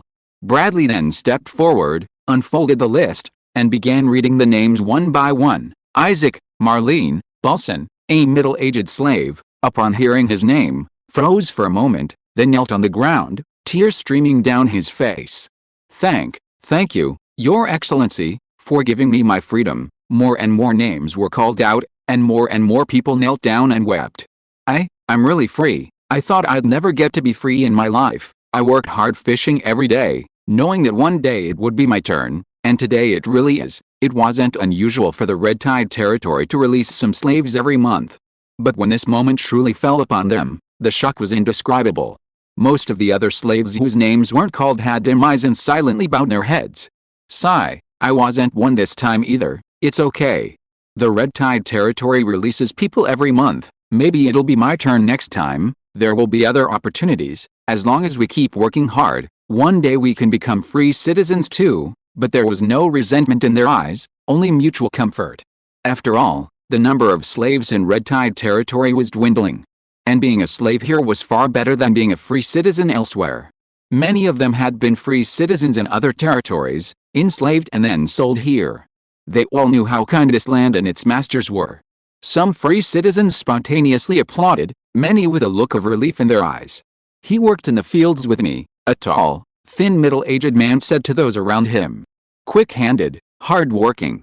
I knew he could become a free citizen. Yes, others nodded. We all came from slavery. Lewis's gaze swept across the crowd below, many slaves still kneeling, tears streaming down their faces. His voice wasn't loud, but it carried clearly to every corner. Red Tide will not forget your names. Today, those read aloud are examples for slaves. But this is not the end. As long as you are willing to give to this land, one day you too will gain freedom. He paused, then his tone turned solemn. And now it is time to thank another group, the knights who fought, protected, and shed blood for Red Tide territory. Whether you charged into battle on the front lines or stayed behind to defend Red Tide territory, it is because of your loyalty and courage that this land and the North remain safe. Your glory deserves to be remembered by the entire territory. Now, I will personally bestow upon you the honors and rewards that belong to you. A soft drumbeat sounded, and Bradley unfurled the parchment scroll, loudly proclaiming the name of the first knight. Seymour Bell, who participated in the main battle of Clearfeather Ridge, slaying 7 enemies, stepped forward to receive your reward. Knight Seymour calmly walked to the platform and knelt on one knee.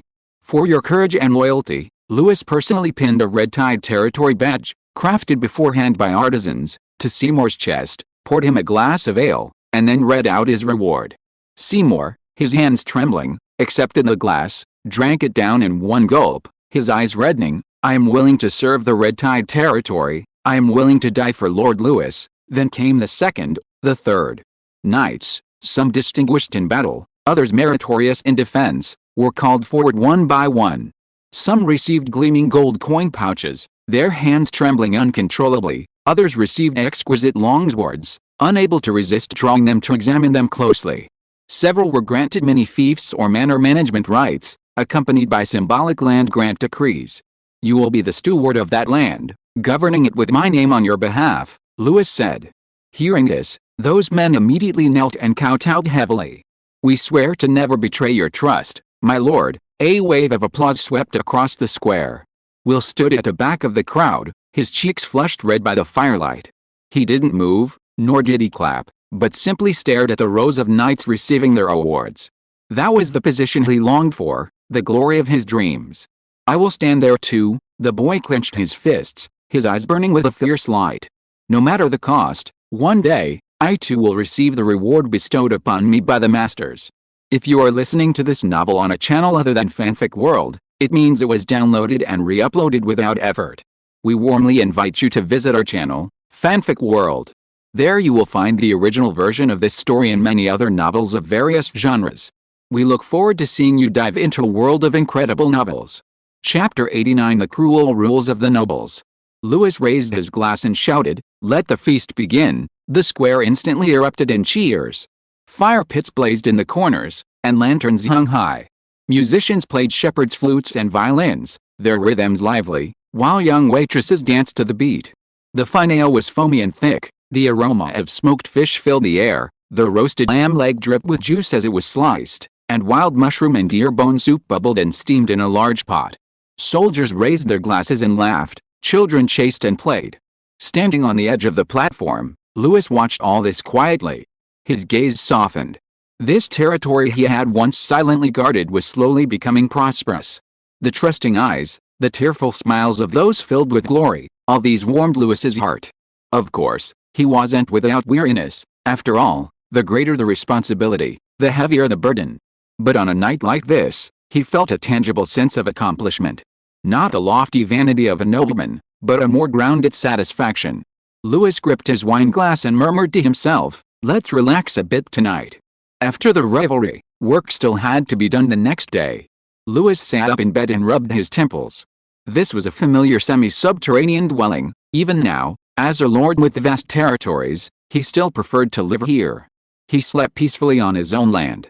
He stretched and casually opened the daily intelligence system, a semi-transparent screen appearing before him. Daily intelligence update complete. 1. Near Eagle Rock at the eastern entrance of Clearwine Canyon, signs of eagle claw vine have been discovered. This plant has remarkable healing effects on wounds and can be developed into a battlefield herb. 2. Magical fluctuations have appeared at the southern end of Silver Shadow Forest. A small amount of magic marrow ore is buried nearby. 3. A small herd of snow goats has appeared in the central part of the snowfield plains, suitable for captive breeding. They produce more milk in winter. 4. The Calvin family has selected a group of over 40 loyal and reliable civil servants and stewards to assist Louis in managing the land. 5. Duke Calvin has allocated supplies to support the Red Tide territory, prioritizing food, cotton clothing, and winter medicine to prepare for the winter. 6.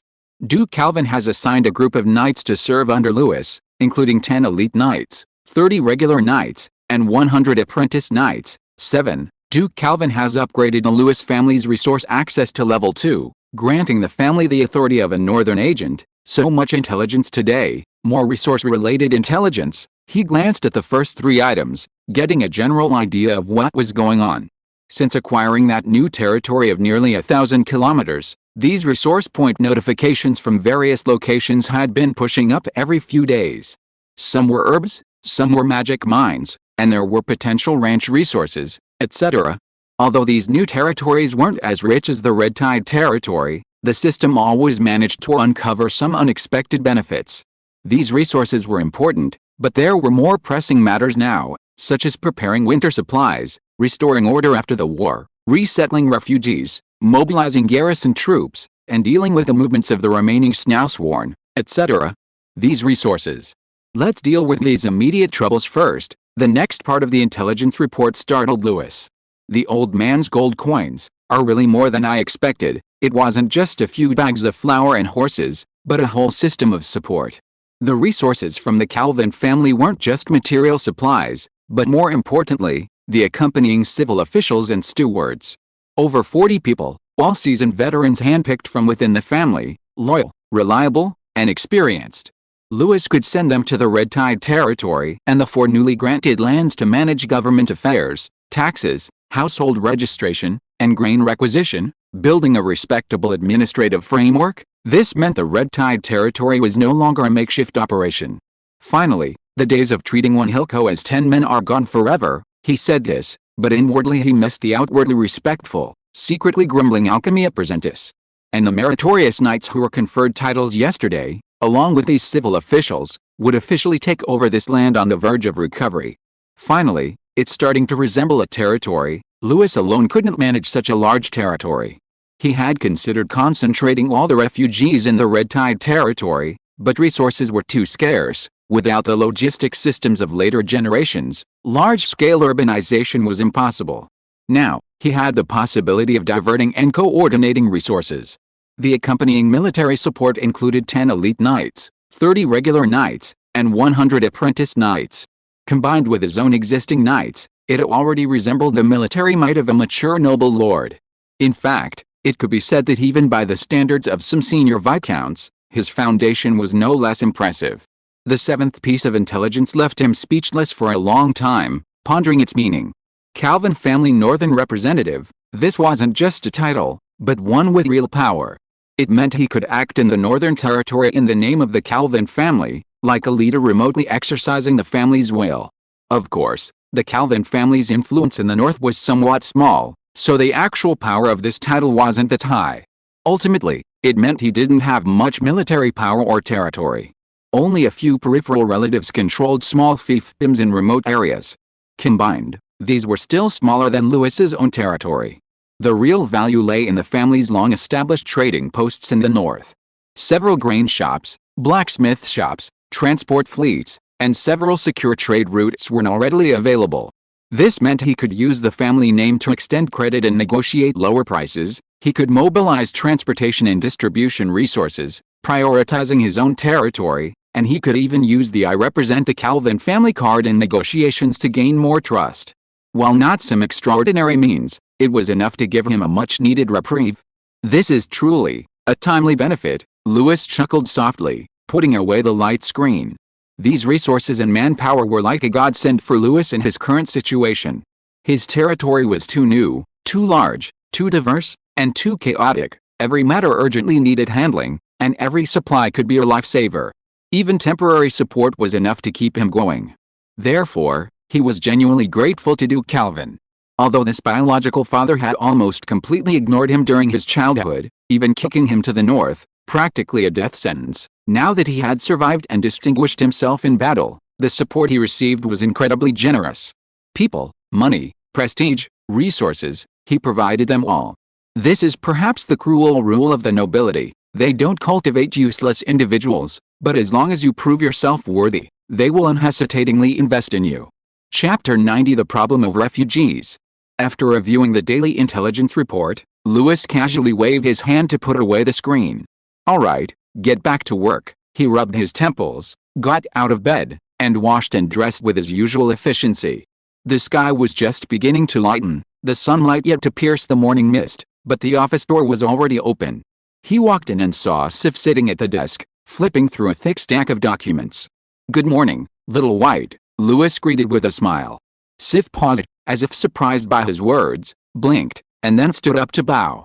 "Good morning, sir," she said softly, her ears slightly flushed. Actually, during Lewis's absence on campaign, she had considered deserting. It wasn't that she lacked the courage, but the timing wasn't right, and besides, where could she go if she escaped? Later, she simply stayed. Then Sif realized that she was actually having wild thoughts at night. What if he died on the battlefield? What if he didn't come back? Upon learning of his victorious return, Sif breathed a long sigh of relief. However, she couldn't say this aloud, it would be too strange. Sif simply lowered her head, pushing the neatly organized documents towards him, her tone as usual. "The documents you requested have been processed." Her voice was soft, but her movements were efficient. She simply didn't notice that her outstretched hand was trembling slightly. Lewis didn't notice Sif's slight unusual behavior.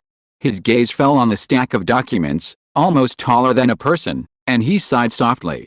These were the documents he had instructed Sif to compile before returning to his territory, concerning the Red Tide territory and the various regions newly incorporated into his domain. He casually flipped through a few pages, and a headache immediately followed. Bandits, food shortages, wintering, polluted well water, every page presented a problem. He leaned back in his chair, remained silent for a moment, and finally decided to start with the refugees. Because the sooner they addressed this issue, the more people they could save.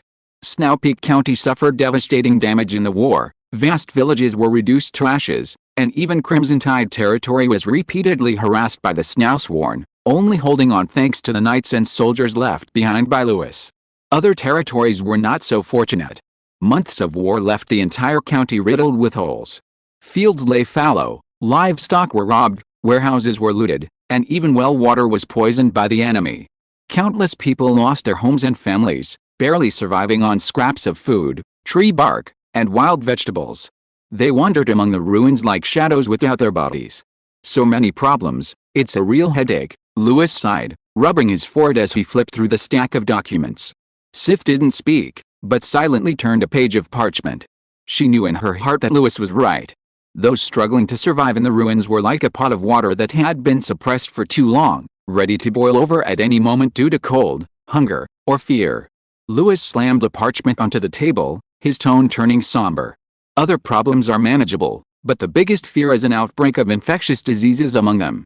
That would be a truly irrecoverable disaster." He stopped complaining, tapping his fingers lightly on the table, his eyes gradually calming as he took out a roughly drawn but meticulously marked map.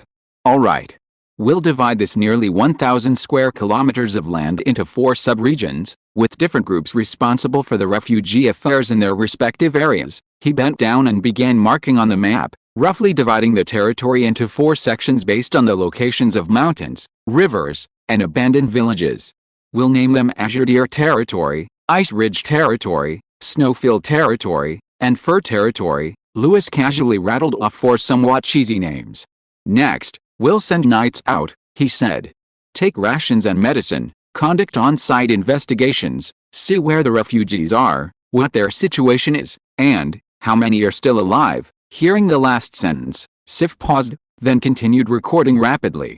Then, set up reception points in various regions, Lewis said, circling several locations with his pen.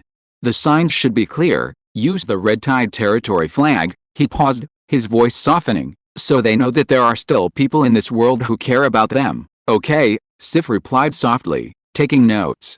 That's not enough, Lewis thought for a moment, then made a few more marks on the table. The stronghold must be built as soon as possible. It needs simple huts, braziers, straw mats, and a clean water source. He paused, then added, ideally, we should replicate the semi-subterranean houses of Red Tide Territory. That way, we can build them faster and they'll be much warmer. Once the carpenters and stonemasons are at a suitable location, we can start construction immediately. Sif quickly jotted it down, asking, so, the stronghold needs all of this prepared? Yes, Lewis nodded solemnly, prepare to winter standards. Dry rations, smoked fish, blankets, and medicine too. We can't let the plague have any chance. Listening to Lewis's words, Sif gently pursed her lips, a strange feeling welling up inside her, a sense of relief. Lewis straightened up, his tone as calm as ever. Furthermore, refer to the early model of the Red Tide Territory's work for food program. Those willing to work will be given food and temporary shelter. He paused, then continued, distribute these tasks, building huts, digging wells, logging, fishing, hunting, clearing land and planting vegetables. Record those willing to work, and prioritize housing for the particularly diligent. Also, register all those with special skills, such as medicine, farming, literacy, or blacksmithing and carpentry. What about the administrators? Sif asked. The family members are already on their way, Lewis said steadily. They will join the Knights of the Fiefdom to form the initial core of each stronghold. Lewis tapped his fingers on the table and continued, but ultimately, it depends on the refugees themselves. We will guide them to form groups, elect representatives, and have the representatives collect supplies and report matters collectively. This way, it will be faster and more stable. He spoke naturally, as if he already had it all planned out. Sif glanced at him discreetly. Lewis's brows furrowed slightly, showing signs of fatigue, yet he remained focused. This was quite different from her usual carefree and irresponsible self. This young nobleman from the southern border of the empire seemed more reliable than she had imagined. Although somewhat unwilling, a tiny bit of admiration did surface in her heart. Perhaps, only a tiny bit. At that moment, Lewis looked up and met Sif's light-colored eyes. The girl was startled, quickly lowered her head, and pretended to continue flipping through the documents at hand. Why are you staring at me? Lewis asked subconsciously. Is there dust on your face? Sif's ear tips turned bright red in an instant, and even her neck was tinged with a thin layer of pink. Chapter 91 Genius Boy. Just as Sif's cheeks flushed and her ears burned, and she was trying to find an excuse to explain herself, there was a knock at the door. Reporting, sir, the cook has arrived. A night guard pushed open the door and entered. Lewis turned around and casually said, let him in. A moment later, a cook in an apron carefully carried in a wooden tray, the rabbit soup is here. It's been simmering for 4 hours. This was the rabbit soup Lewis had asked him to make last night. Sif glanced at it out of the corner of her eye and immediately noticed that this bowl of soup was unusual. It looked very expensive. Put it on the table. Lewis simply gave a casual order, then turned to the guard and said, go find Barnes and have him bring well here. Yes, sir. The guard bowed and left. After the room quieted down again, he turned to look at Sif, as if he had just remembered. What were you going to say just now? Sif was instantly ignited again, her face turning even redder. And nothing. She quickly lowered her head, her voice so fast it was almost inaudible. Lewis nodded, not giving it much thought, and began flipping through the documents on the table. He read intently, his brow furrowed, completely ignoring the conversation that had just taken him seriously. Sif finally breathed a sigh of relief, taking a step back while holding onto the edge of the table, feeling her heart finally calm down. But the blush on the tips of her ears lingered. Not long after, footsteps came from outside the door. Reporting, sir, Barnes has arrived. The door was quickly pushed open, and an old knight stepped into the room, followed by a boy whose figure was not yet fully grown. "Sir, I knew you sent me here because you heard about this boy's performance," Barnes grinned, patting the boy's shoulder beside him. "This child, Will, is the most talented prospective knight I have ever trained. I have been a knight instructor in the Calvin family for 10 years, teaching no less than 200 students. I have seen those who are talented, hard-working, and of noble birth, but never anyone can be like him." He lowered his voice, as if discussing some forbidden secret. In just 2 months, Will went from a mere child whose bloodline hadn't even awakened to a high-ranking apprentice knight. It wasn't divine blessing, nor was it a piling on of resources. It was purely due to some kind of innate talent I couldn't even fathom, and a sheer grit.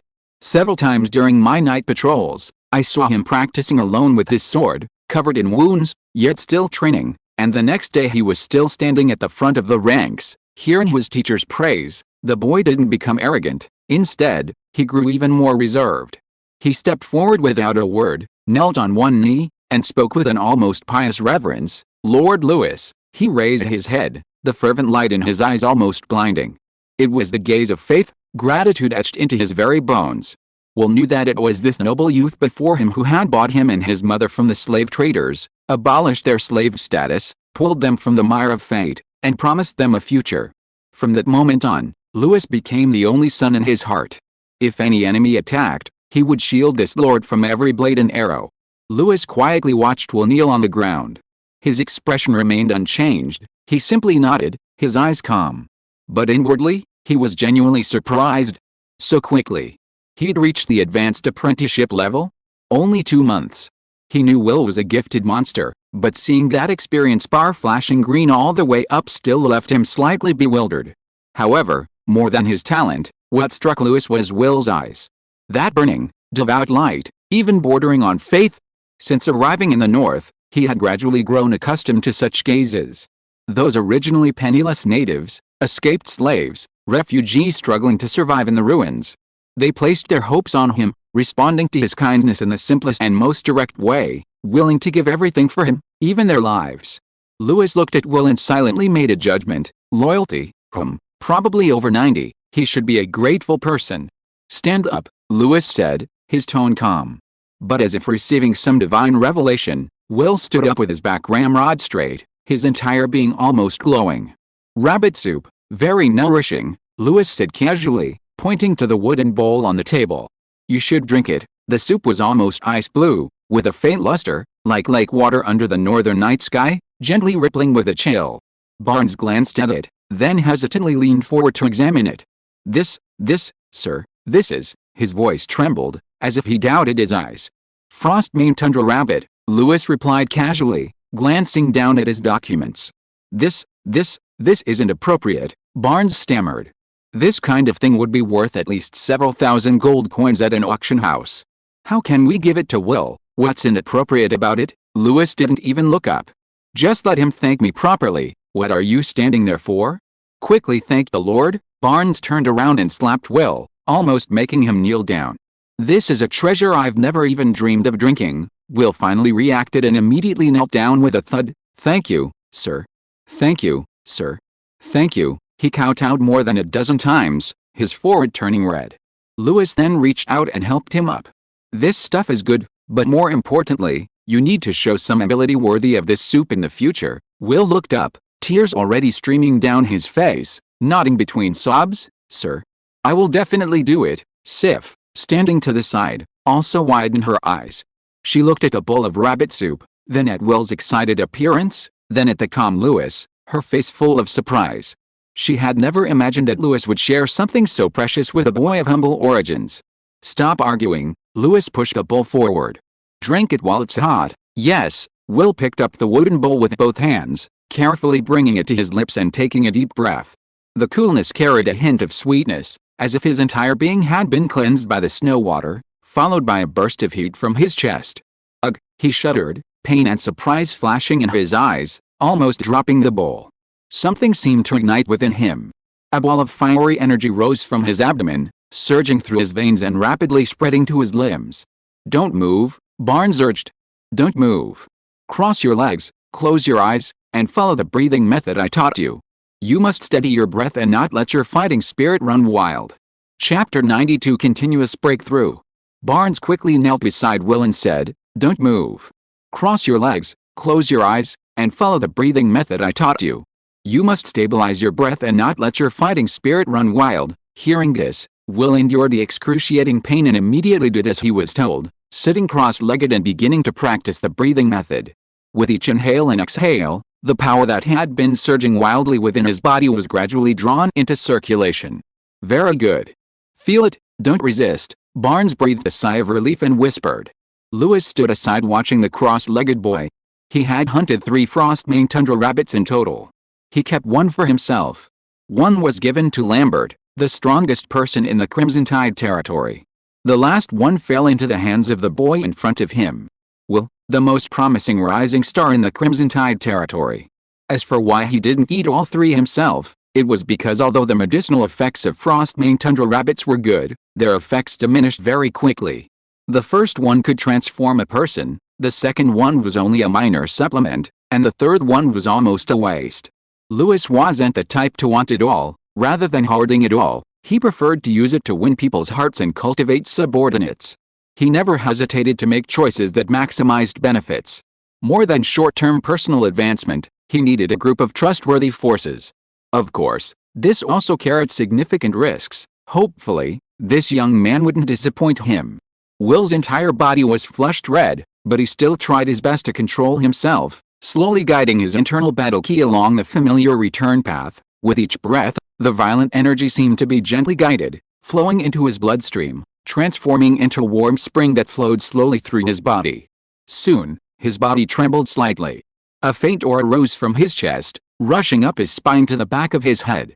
A red battle key halo appeared on his body, clearly visible.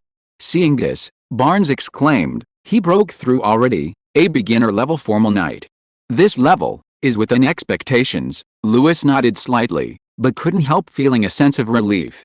As expected, Will did not disappoint, breaking through the major hurdle from apprentice knight to full knight so quickly.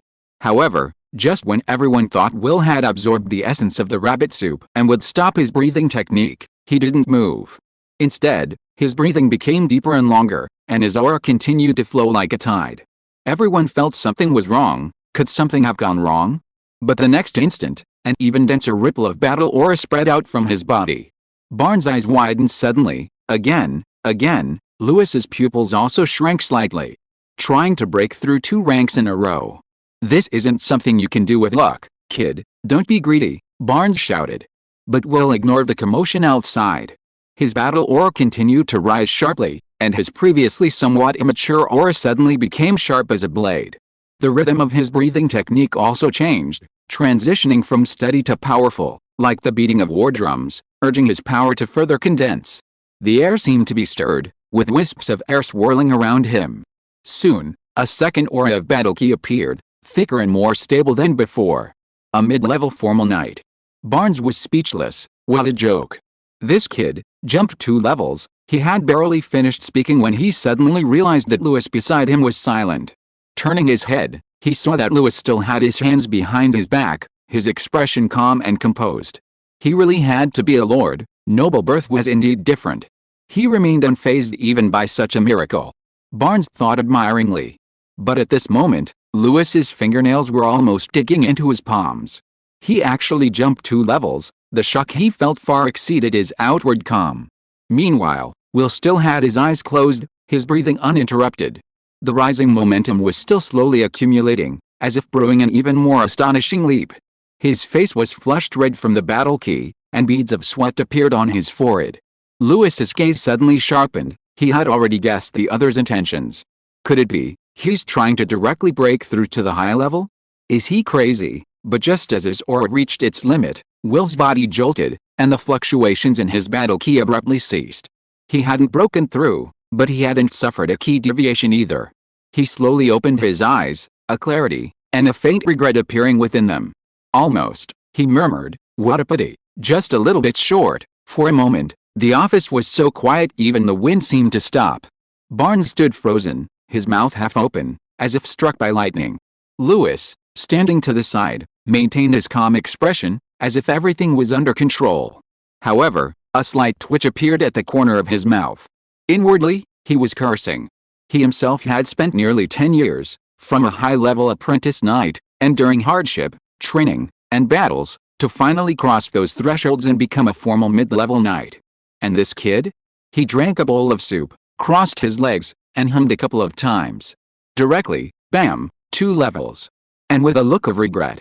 Lewis took a deep breath, silently looked up at the ceiling, and suddenly felt a little tired. It's true what they say, comparisons are odious, he thought through gritted teeth. Will opened his eyes, the power within him still surging like a tidal wave, but the excitement in his heart was even more overwhelming. He opened his mouth to Lewis, as if wanting to say something, but the words wouldn't come out. He wanted to express gratitude, to express loyalty, to properly express this unimaginable excitement. But due to his limited literacy, he could only manage to stammer, "My lord, I will definitely, before stammering out. Lewis looked at him like this, a smirk playing on his lips. All right, you'd better save your brain. Then he paused, his tone changing. Starting tomorrow, besides continuing your basic training with Barnes, you'll stay by my side and be my guardian knight. Guardian knight. Will's eyes widened, his mind going blank for a moment. That was something he had fantasized about countless times in his dreams. He never expected that this dream would come true today. To be able to personally follow this lord, become his personal bodyguard, traverse battlefields, and witness every glory. He was so excited that he didn't know what to do for a moment, and could only kneel down again with a thud, his head almost hitting the ground. Hey, stop kowtowing, Lewis said with a disdainful tone. I don't take kowtowing worms as guards. If you keep kowtowing, you'll be a groom. Will froze, immediately afraid to move, but his whole face was still flushed red, and his eyes were shining. He stood up, his voice trembling. I will definitely not let you down. Lewis patted his shoulder. I hope you can do it. Will nodded vigorously, expressing his determination. Chapter 93 Red Rock Warehouse. The midday sun slanted in, and a cool breeze carried a hint of chill.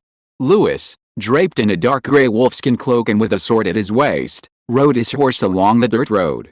Several guards followed behind him, all clad in armor and swords, silent and still. Among the guards, the most conspicuous figure wasn't one of the burly elite knights, but a slightly immature one. That was Will, dressed in ill-fitting light knight's armor, a short sword at his waist. Although his body hadn't fully developed, riding that robust horse gave him a somewhat childish appearance. Yet, he sat steadily, showing no signs of swaying, clearly having worked hard on his horsemanship. The only odd thing about him was the strained, still somewhat childish expression on his face. He was trying hard to maintain a composed demeanor, trying to project the air of I am already a guard of a great lord, yes, clearly trying to look cool. Lewis passed by him, glancing at him out of the corner of his eye, and almost burst out laughing. A rich aroma of smoked fish wafted over them. They were passing a smoked fish workshop. Smoke curled from the half-closed wooden shed, and fish hooked on iron hooks slowly turned, their fragrance spreading in the wind. A woman in a coarse cloth apron emerged from the shed, just in time to see Will riding by. It was Will's mother, her face still damp with sweat, but her eyes lit up with joy at the sight of Will. Oh, it's Will, she waved, her eyes crinkling into crescents. The Lord is here too, Lewis nodded slightly in greeting. And Will? As if he hadn't heard, he straightened up even more, his face stiff as he stared ahead, as if to say, I'm the Lord's guard now, on a mission, I can't be distracted. The next second, smack, Lewis raised a hand and lightly slapped Will on the back of the head. You little brat, greet your mother. Will froze, his face instantly turning red. Hurry up, Lewis urged. Yes, Will hurriedly turned his head, his voice slightly raised. Mom. I'm here, I'm guarding you, sir, he waved to his mother, not daring to look up. The woman in the workshed smiled broadly. Oh, hey, good guard, sir, I'll make you fish soup tonight. Mom, don't say that, ha ha ha ha. Several guards, who had been holding back for a long time, finally burst out laughing. Will couldn't hold back any longer, his entire face turned red to his ears, and even his neck almost changed color. He lowered his head, muttering something softly, like a little fox with its fur standing on end. Lewis also shook his head, suppressing a laugh, and turned his horse around to continue forward. The purpose of this trip was to inspect the Red Rock Granary, the main grain storage point of the Red Tide territory. It was an underground grain cellar transformed from a natural cave, close to a mountain stream, in a secluded location with a consistently low temperature and unusually stable humidity, practically a natural cold storage. Lewis himself had chosen the location.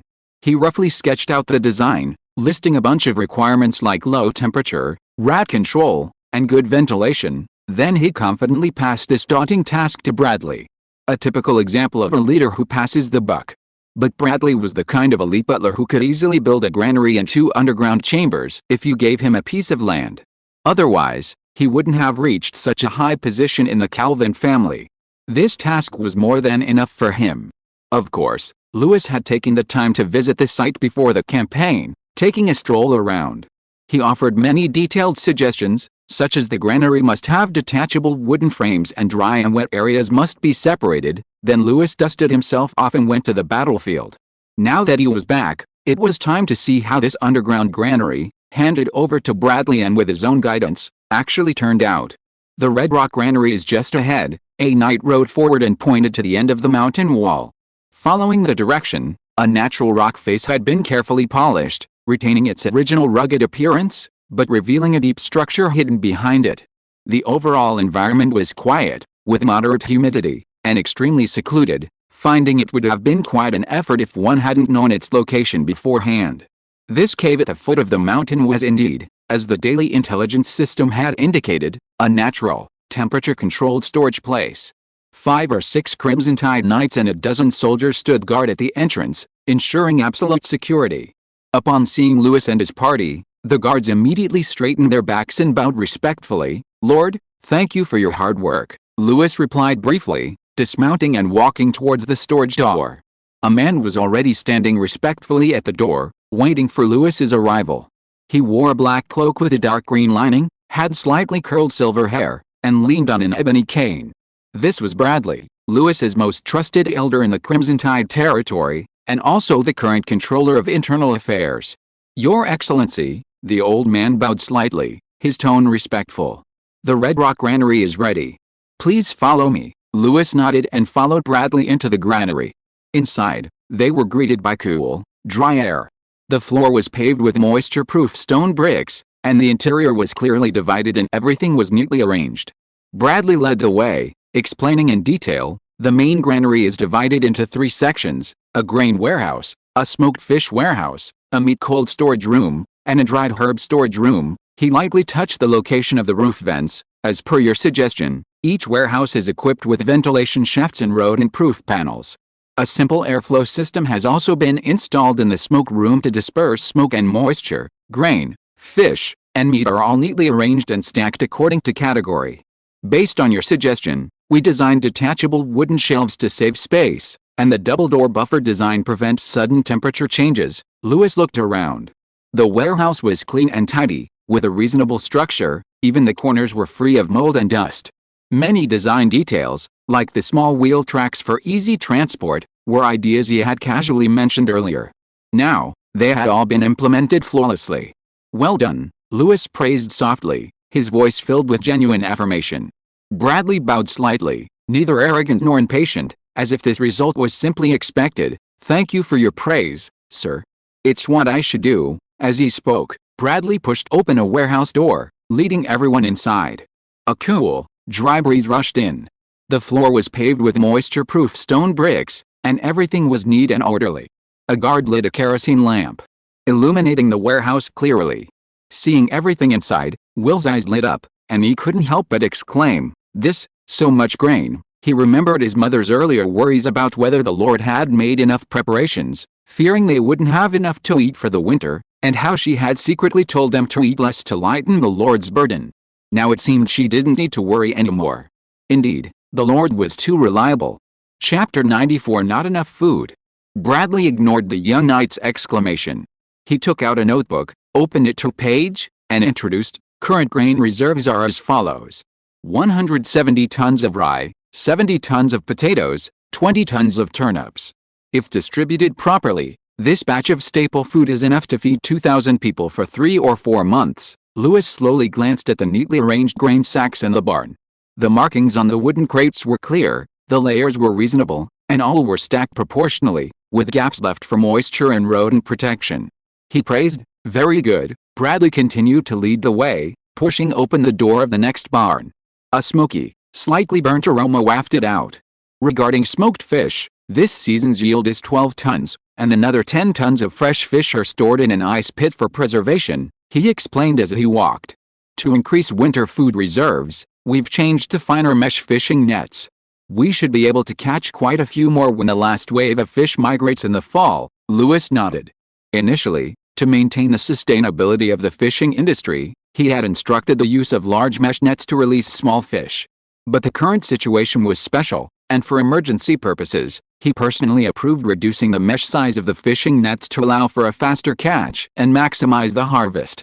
Further inside was a small room filled with cured meat and dried herbs. The space wasn't large, but it was arranged neatly. Dried game hung on the walls, and cut pieces of farmed meat sat on shelves. In the corner were several bundles of dried herbs, although not much, it was enough for emergencies. These were from the hunting and slaughtering before autumn, Bradley explained. Not much, but they'll come in handy. After walking around, the group retraced their steps, passing through the various storage rooms, and finally returned to the exit of the main storage room. Bradley opened his notebook, head down, organizing his notes as he slowly summarized current reserves of staple foods, smoked fish, dried meat, and miscellaneous herbs are as follows. 170 tons of rye, 70 tons of potatoes, and 20 tons of turnips, sufficient for staple food. 12 tons of smoked fish and 10 tons of fresh fish, currently being processed, approximately 4 tons of cured meat and game, some still being air-dried. Herbs, though not abundant, are barely enough to treat several common cold-related ailments. He paused, his tone steady. If distributed and rotated reasonably according to the standard of 2 caddies of grain per day, supplemented by labor for grain policy, it can support the current resident population of over 2,000 in red tide territory, barely enough to survive 4 months of winter. However, if there is another extreme cold, blizzard blocking roads, or external disasters, the situation will likely become critical. In the coming months, strict control over entry and exit and consumption will be necessary. Lewis listened quietly, not speaking immediately. He knew Bradley was right. The food was indeed enough, but this enough is sustained by thrift, by systems, and by the hearts of the people. If any link in the chain breaks down, even a sudden epidemic in winter or a few days late in the spring, the remaining grain in the warehouses could be consumed within weeks. Red tide territory is located in the southern part of the north, where the situation is somewhat better than in the true polar regions, but the harsh winter is still not to be underestimated. From the beginning of December until the end of March of the following year, there is a full 4-month period of frozen ground, with low temperatures, blizzards averaging 1 to 2 times a week, and snow accumulation reaching up to 3 meters deep. The coastline will also enter a period of complete freezing, lasting at least 1 or 2 months. Even if the warehouses are full, there is no guarantee that they can withstand the wind, snow, delays, and various what-ifs during this period. And this is already the best that red tide territory, and even the entire north, can achieve before facing the harsh winter at the end of the year. He cannot ask the people to do more. They have already been frugal enough and hardworking enough. Moreover, Bradley's calculations only include the current 2,500 people in red tide territory. In the newly acquired territory of over 1,000 square kilometers, many more people awaited acceptance. Most of them were displaced refugees after the war, with no surplus food to survive the winter. Without relief, it was almost foreseeable that they would all die in the snow after winter, their remains never found. Adding the new grain my father provided, it's really not enough to save them, Lewis silently calculated, his eyes darkening. The grain provided by the Calvin family, including black rice, beans, dried wheat flour, and a little bit of salted meat, totaled less than 100 tons.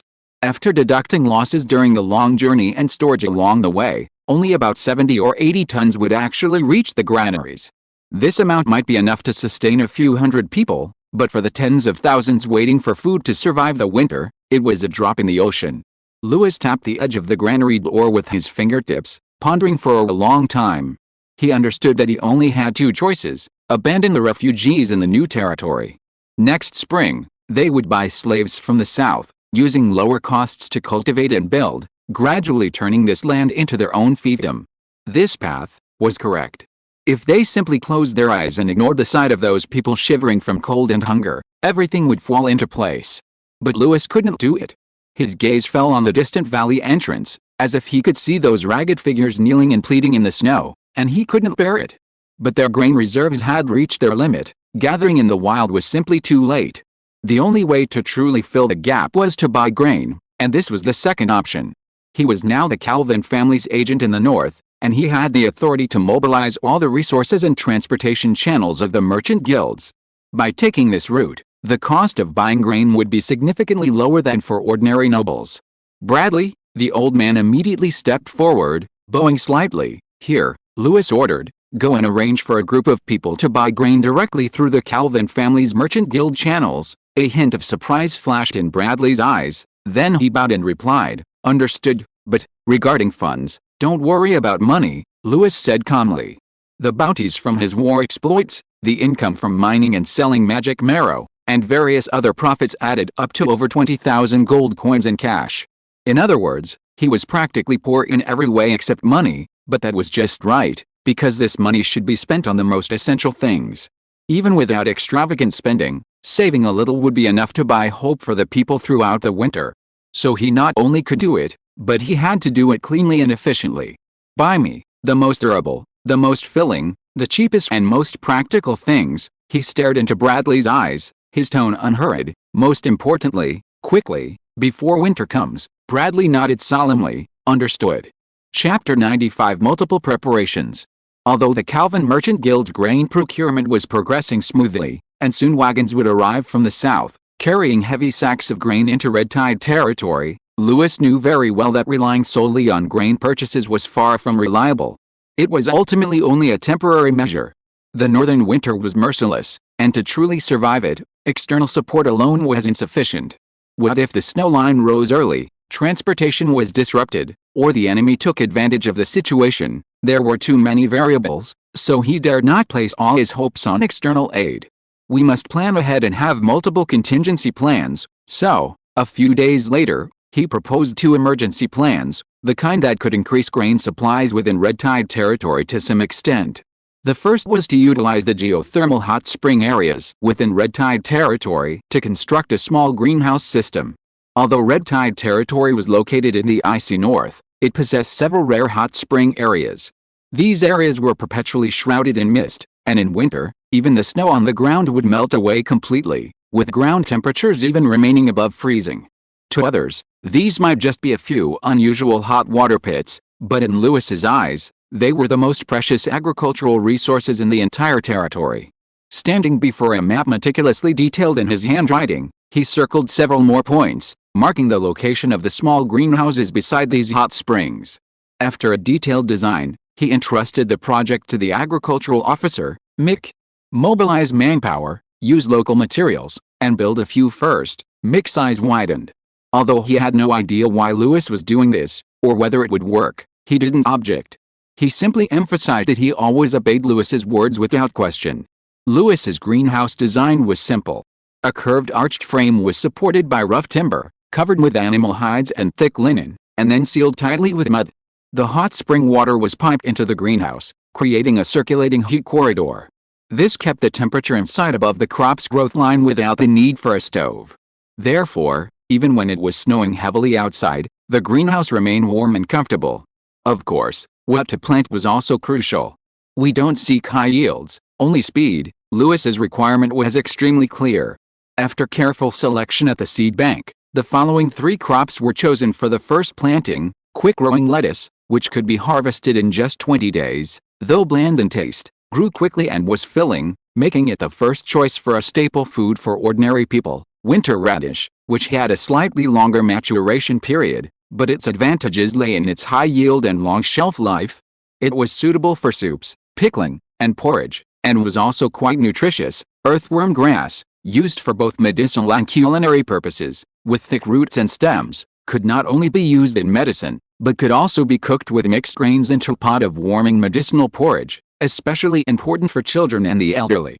So, at Lewis's command, the craftsman built the greenhouses by the hot springs according to the blueprints he had drawn.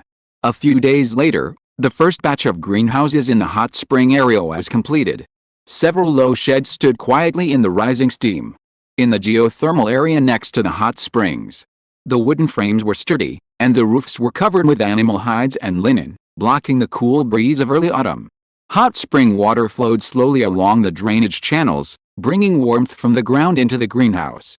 Louis lifted the greenhouse cloth and leaned over to take a look. Rows of fast-growing lettuce seedlings had already quietly sprouted from the soil, their tender green shoots glistening with moisture, exuding a vibrant life force from the grayish-brown earth. When Mick saw Louis coming to inspect, he ran over, his face beaming with uncontainable joy. "Sir, they've sprouted. They've really sprouted. Your method is truly effective." He trembled with excitement, like a child seeing their seed sprout for the first time. Louis nodded. "You can continue building," he spoke calmly, as if this outcome was already expected. "Yes," Mick nodded repeatedly, "I'll arrange manpower immediately. Plant as many greenhouses as possible." Will, who had come along, knew little about farming, but when he saw the green shoots emerging from the soil, he couldn't help but widen his eyes in surprise. Can it really grow like this? Even though it hasn't snowed yet, isn't the ground already cold? The hot spring water is underneath." Louis turned and glanced at him. "As long as the ground is covered, the heat won't escape, and the ground will be warm enough to grow crops. It can be done like this?" Will opened his mouth, but in the end, he said nothing, only looking at his lord with burning eyes. The great sun warmed the earth, making it possible to grow crops.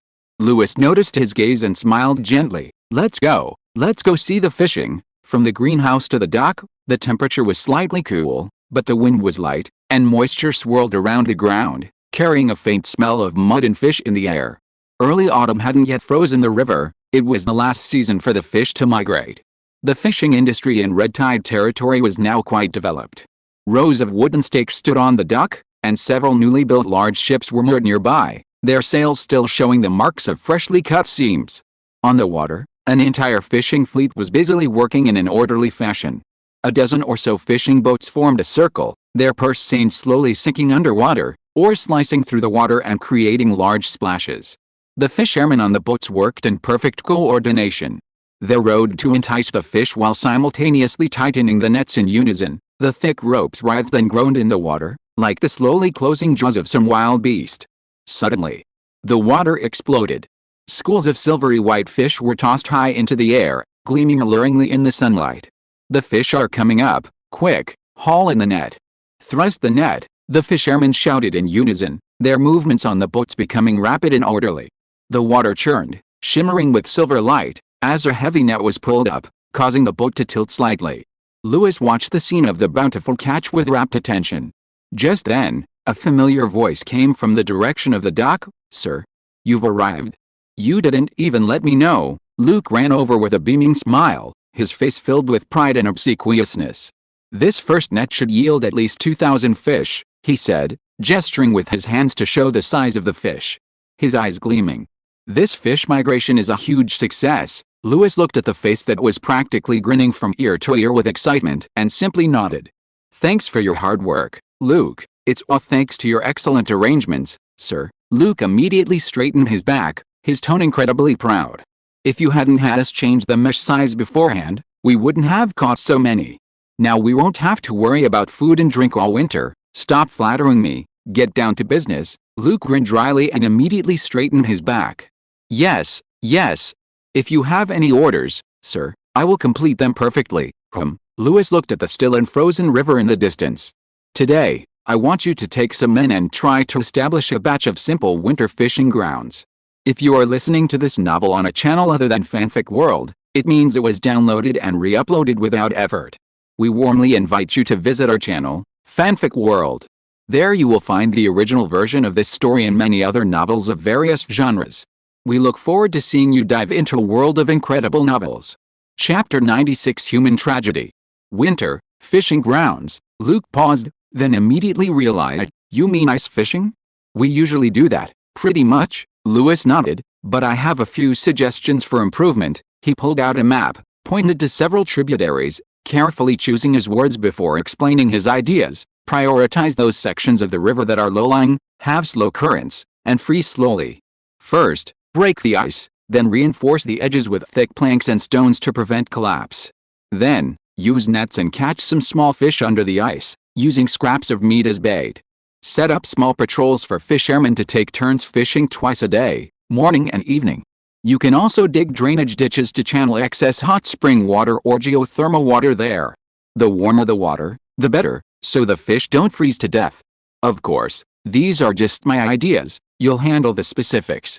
You don't have to follow my suggestions exactly, just make sure you catch as many fish as possible. Yes, I'll do my best. Luke patted his chest. If this works, the entire Red Tide territory won't lack meat in winter. You're exaggerating, but even if it's only a few dozen kilograms a day, it's better than nothing, Lewis replied calmly. Luke responded and left, quickly sketching something in his notebook while muttering, "The master is truly a genius." Although the first snow hadn't arrived yet, the winter food preparation campaign in Red Tide territory had already begun its second line of defense. The sky was oppressively overcast, and the wind howled through the dilapidated rooftops, stirring up a pile of charred ashes. Ian knelt in a rundown house, holding the unconscious Maya in his arms, his expression one of despair. The girl's face was burning hot, her lips were cracked, and her eyelashes trembled slightly in the wind, like withered leaves in late autumn. "Wake up. Maya, you have to wake up." Ian wiped her forehead with his sleeve, his movements so careful as if afraid that a little too much force would wipe her from this world. But Maya didn't react at all, and her breath was even weakening little by little. In vain, Ian lowered his head, burying his face in his daughter's shoulder, letting out a suppressed sob. But no one answered him. This place had been their ancestral village, the place where generations had lived. 2 months ago, he could still hear children laughing by the stream, wives washing clothes and chatting by the well, and men hauling timber to repair their houses in the winter. Ian's house was at the village entrance, a small but loving home with a kind wife and a lovely little daughter, Maya. He never imagined that all of this would be gone in an instant. The first attack was 2 months ago, when the Snowsworn charged down the mountain pass on their warhorses like a sudden avalanche. There were no horns, no warnings. The men didn't even have time to grab their axes before they fell in pools of blood. The women and children didn't even have time to escape before they were dragged into the flames. Ian had been chopping wood on the back mountain that day, and when he returned, the village was already a red inferno. He only had time to rush into his house and pull his daughter out from the corner. He couldn't find his wife, nor her body, only her apron and shoes were found beside the broken stove. He had no choice but to take his daughter and flee into the mountains behind the village. Hiding in the woods for 3 days, surviving on mountain spring water and tree bark. A few days later, they and the other survivors returned to the village. The village had been completely ransacked. The bodies were already rotting, some dragged away by wild animals, the warehouses were empty, and even the well water was oily and foul-smelling. Someone tried to drink some, and never woke up again the next day. Ian covered the well, sealed it with rubble, and dared not let Maya near it. He carried Maya, searching house to house. Every remaining mud house was carefully searched, looking for anything edible, usable, or that could be burned. Even if it was just a piece of dry bread that hadn't completely gone moldy, or a torn piece of animal hide. At that moment, he had only one thought in his mind: as long as Maya survived. He cleared out a wooden house at the back. The door had been burned down and nailed shut with 2 large planks. The roof was drafty, so he climbed up and patched it with a thick layer of burlap and straw. There were moldy rice grains in the corner. He carefully sifted them out, put them in a pot to cook porridge, and fed them to her spoonful by spoonful. Every day he had to go out to gather firewood, find wild vegetables, and turn over the muddy ground, hoping to find some rotten radishes or catch a wild rabbit. At first, things were all right. Although Maya was weak, she could open her eyes, smile, and even jokingly whisper, "Daddy, you stole the little mouse's food again, it'll be angry." But the night before last, she suddenly developed a high fever. She was shivering, yet said she was cold, her lips were pale, and her forehead was burning hot. Ian panicked, stuffing everything that could be burned into the stove, even lining the bed with his own coat. He fed her herbal decoctions and small amounts of dry food. But nothing worked. Maya grew weaker day by day, spoke less and less, and could no longer open her eyes. Just now, Old Dune had come specifically to help. He was one of the few surviving elders in the village, a highly respected figure. He entered, stooping, glanced at the child on the heated brick bed, then looked at Ian. "She's dying." Ian didn't speak, only tightened his grip on his daughter's hand. Old Dune took a few steps closer and sighed, This kind of burning is hopeless any longer, and you'll die too. He pointed outside. The little river behind the house hasn't frozen yet. Ian looked up, his pupils constricting. What are you trying to say? Let her go? It'll be a relief. Lessen her suffering, old Ian said. The air suddenly turned as cold as frozen snow. You, say it again. Ian's voice was hoarse like sandpaper. Old Ian tried to persuade him. Ian, be realistic. If she were awake, she wouldn't want you to risk your life for her. Get out. Ian stood up, his eyes devoid of color. Get out now, old Ian sighed, shrinking back as he retreated. The moment the door closed, the room fell silent again, save for the crackling of the fire and the girl's intermittent breathing. Ian sat on the edge of the kang, a heated brick bed, holding Maya tightly against his chest, her forehead pressed close to his skin. She was burning up, as if she might be reduced to ashes at any moment. He was helpless, he truly had no other choice. The firewood was almost gone, and there was barely any clean water left. Ian dared not close his eyes, dared not sleep, and could only hold her. Repeating in his heart again and again, hold on, just a little longer, just a little longer. Just then, in the distance, the sound of horses' hooves suddenly rang out. Clatter, clatter, clatter, clatter. Could it still be those bandits? Ian froze, his breath catching for a moment, his eyes frantically scanning his surroundings, trying to find a way to escape. How could he escape now? With what could he use to escape? He was barely holding on by himself, and Maya was still running a high fever, unable to even walk. Ian gritted his teeth, his fingers reaching for the wood-chopping knife by the stove, his eyes fixed on the doorway. Chapter 97 Camp. The door was pushed open, and a boot stepped into the room. Ah! Ian rushed forward, raising his wood-chopping knife to strike. But before his blade could even strike the newcomer, it was easily caught by the other's hand. With a click, the wood-chopping knife was snatched away with one hand. Ian was stunned. The newcomer wasn't a bandit he had imagined. He wore metal armor, with a crimson sun emblem emblazoned on his chest. You are. Before Ian could react, the knight had already thrown the wood-chopping knife behind him, strode to the edge of the kang, heated brick bed, and looked at the little girl huddled in a ball. He frowned, took off his gloves, and tentatively touched Maya's forehead. High fever. His tone was flat, yet it sounded like a pronouncement, and then without another word, he bent down and picked up the girl. What are you doing? Put her down. Ian instinctively tried to grab it back, but was stopped by the other's outstretched hand. The man's voice was firm. I am a knight from the Crimson Tide territory, here to rescue someone. There's a healer nearby. Your child can still make it. He turned and walked towards the door as he spoke. Ian was stunned. Crimson Tide territory? Rescue? Healer? He didn't quite understand what the knight was saying, his mind was still a jumble. But he clearly heard those 4 words, can still make it. Those were the most beautiful words he had heard in months. So Ian released his grip on the knight's hand. The knight said nothing more, simply holding the little girl in his arms, quickly walking out the door, mounting his horse, and galloping westward. Ian paused for a moment, then suddenly reacted, rushing barefoot out the door as well. He ran desperately in the direction the knight had gone, the mud scraping against his feet, the cracked ground leaving bloody welts.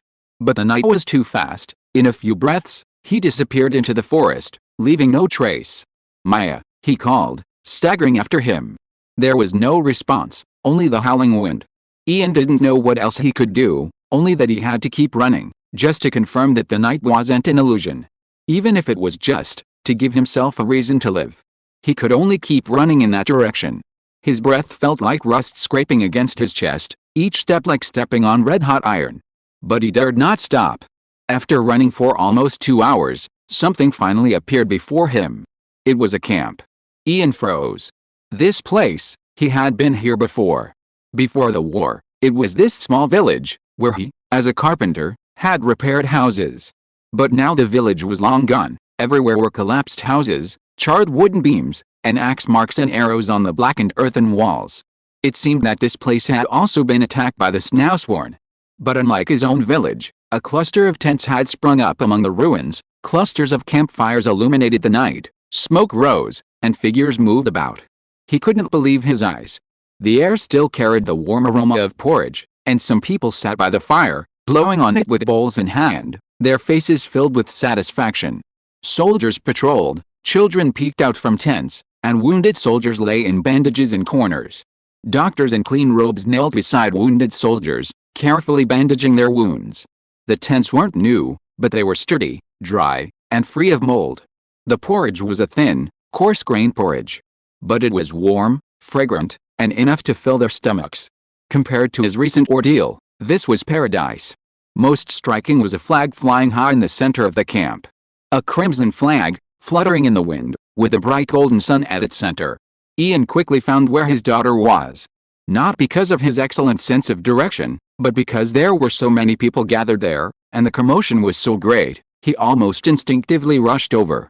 There stood the largest tent, its curtain half open, surrounded by a circle of equally ragged refugees, their expressions anxious. Some wept softly, others just biting their lips in silence. Several doctors in white robes moved back and forth inside, their hands smelling of blood and herbs. Most of the injured, like him, were ragged refugees and grieving survivors. He even recognized a few familiar faces, neighbors from his village, some with bandages on their legs, others with wounds on their faces. Then he saw his daughter. Amidst a pile of herbs and curtains, her small figure lay on a makeshift wooden bed, pale and breathing weakly. The doctor beside her was carefully applying herbal paste to her forehead. The green ointment emitted a pungent, bitter smell, but also carried a reassuring quality. Ian almost lunged forward, kneeling beside the doctor, his voice trembling like a broken bellows. Can she still be saved? The doctor didn't look up, continuing his work. She can be saved. Her fever isn't too high, it's come down a bit. It mainly depends on whether she can hold on, but the chances are quite good. Those two short sentences seemed to pull Ian back from the brink of disaster. His eyes welled up, his body went limp, and he knelt down, his forehead touching the ground, ready to kowtow. Before he could even kowtow, a hand grabbed his arm and roughly pulled him aside. Don't block the way, there are other people waiting. The voice wasn't loud, but it was impatient. Ian could only be pulled away, but he kept murmuring thank you, tears streaming down his face. He couldn't remember the last time he'd cried. But at this moment, he finally dared to cry. His daughter's hope for survival had truly arrived. And so Ian stayed there, watching over Maya all night. He didn't leave the tent, squatting by her bedside, his eyes fixed on her face. Her complexion seemed less pale, the fever on her forehead had subsided somewhat, and although she was still unconscious, her breathing had stabilized. His heart felt as if it had been slowly pulled up from hell. Much better, Ian murmured, speaking to himself. A faint light was appearing outside the tent. Dawn was approaching. Someone came in from outside, a young boy carrying a wooden bowl, wearing a red armband from the red-tied collar. Seeing that Ian hadn't left all night, he said nothing, simply placing the bowl of hot porridge beside him. Just cooked, while it's still hot, the boy said, turning to attend to other things. Ian stared blankly at the bowl of porridge. The bowl was made of wood, and the porridge contained no meat, only a few grains of rice, some unknown wild vegetables, and a few yellowish beans, with a thin layer of oil floating on top. But after he picked it up and took a sip, a faint, refreshing fragrance filled his nostrils. The hot porridge slid down his throat, a long-lost warmth rising in his stomach, yet he almost choked back a sob. He lowered his head, sipping the not-so-delicious porridge. Tears streaming down his cheeks and falling into the bowl. Chapter 98 The New Lord. Ian, hearing someone call his name, Ian looked up and saw a somewhat familiar man standing at the tent entrance, holding a bowl of porridge, waving cautiously at him. It was Ike, a young man from their village. They weren't very close, but they saw each other often. To meet someone you recognized in this unfamiliar camp was like meeting an old friend in a foreign land. Ian? You survived too. Ike's tone was much warmer than usual. He seemed much more energetic than Ian had imagined, with a better complexion. Although his clothes were a bit tattered, he looked more human than Ian in his disheveled state. You're here too? Ian asked, somewhat surprised. I was lucky, Ike sat down beside him. I escaped to the mountains a while ago and almost froze to death. If the leaders of the Red Tide territory hadn't found me, I probably wouldn't even have bones left by now. The leaders of the Red Tide territory, Ian looked at him, his eyes full of questions. These are the people, Ike's eyes lit up, his voice practically leaping with excitement. Haven't you heard? We have a new lord now. His name is Lord Louis Calvin. Calvin, Ian murmured, repeating the last word. Yes, that's him. Ike's voice held a hint of awe. I was just fleeing for my life with a few people in the mountains.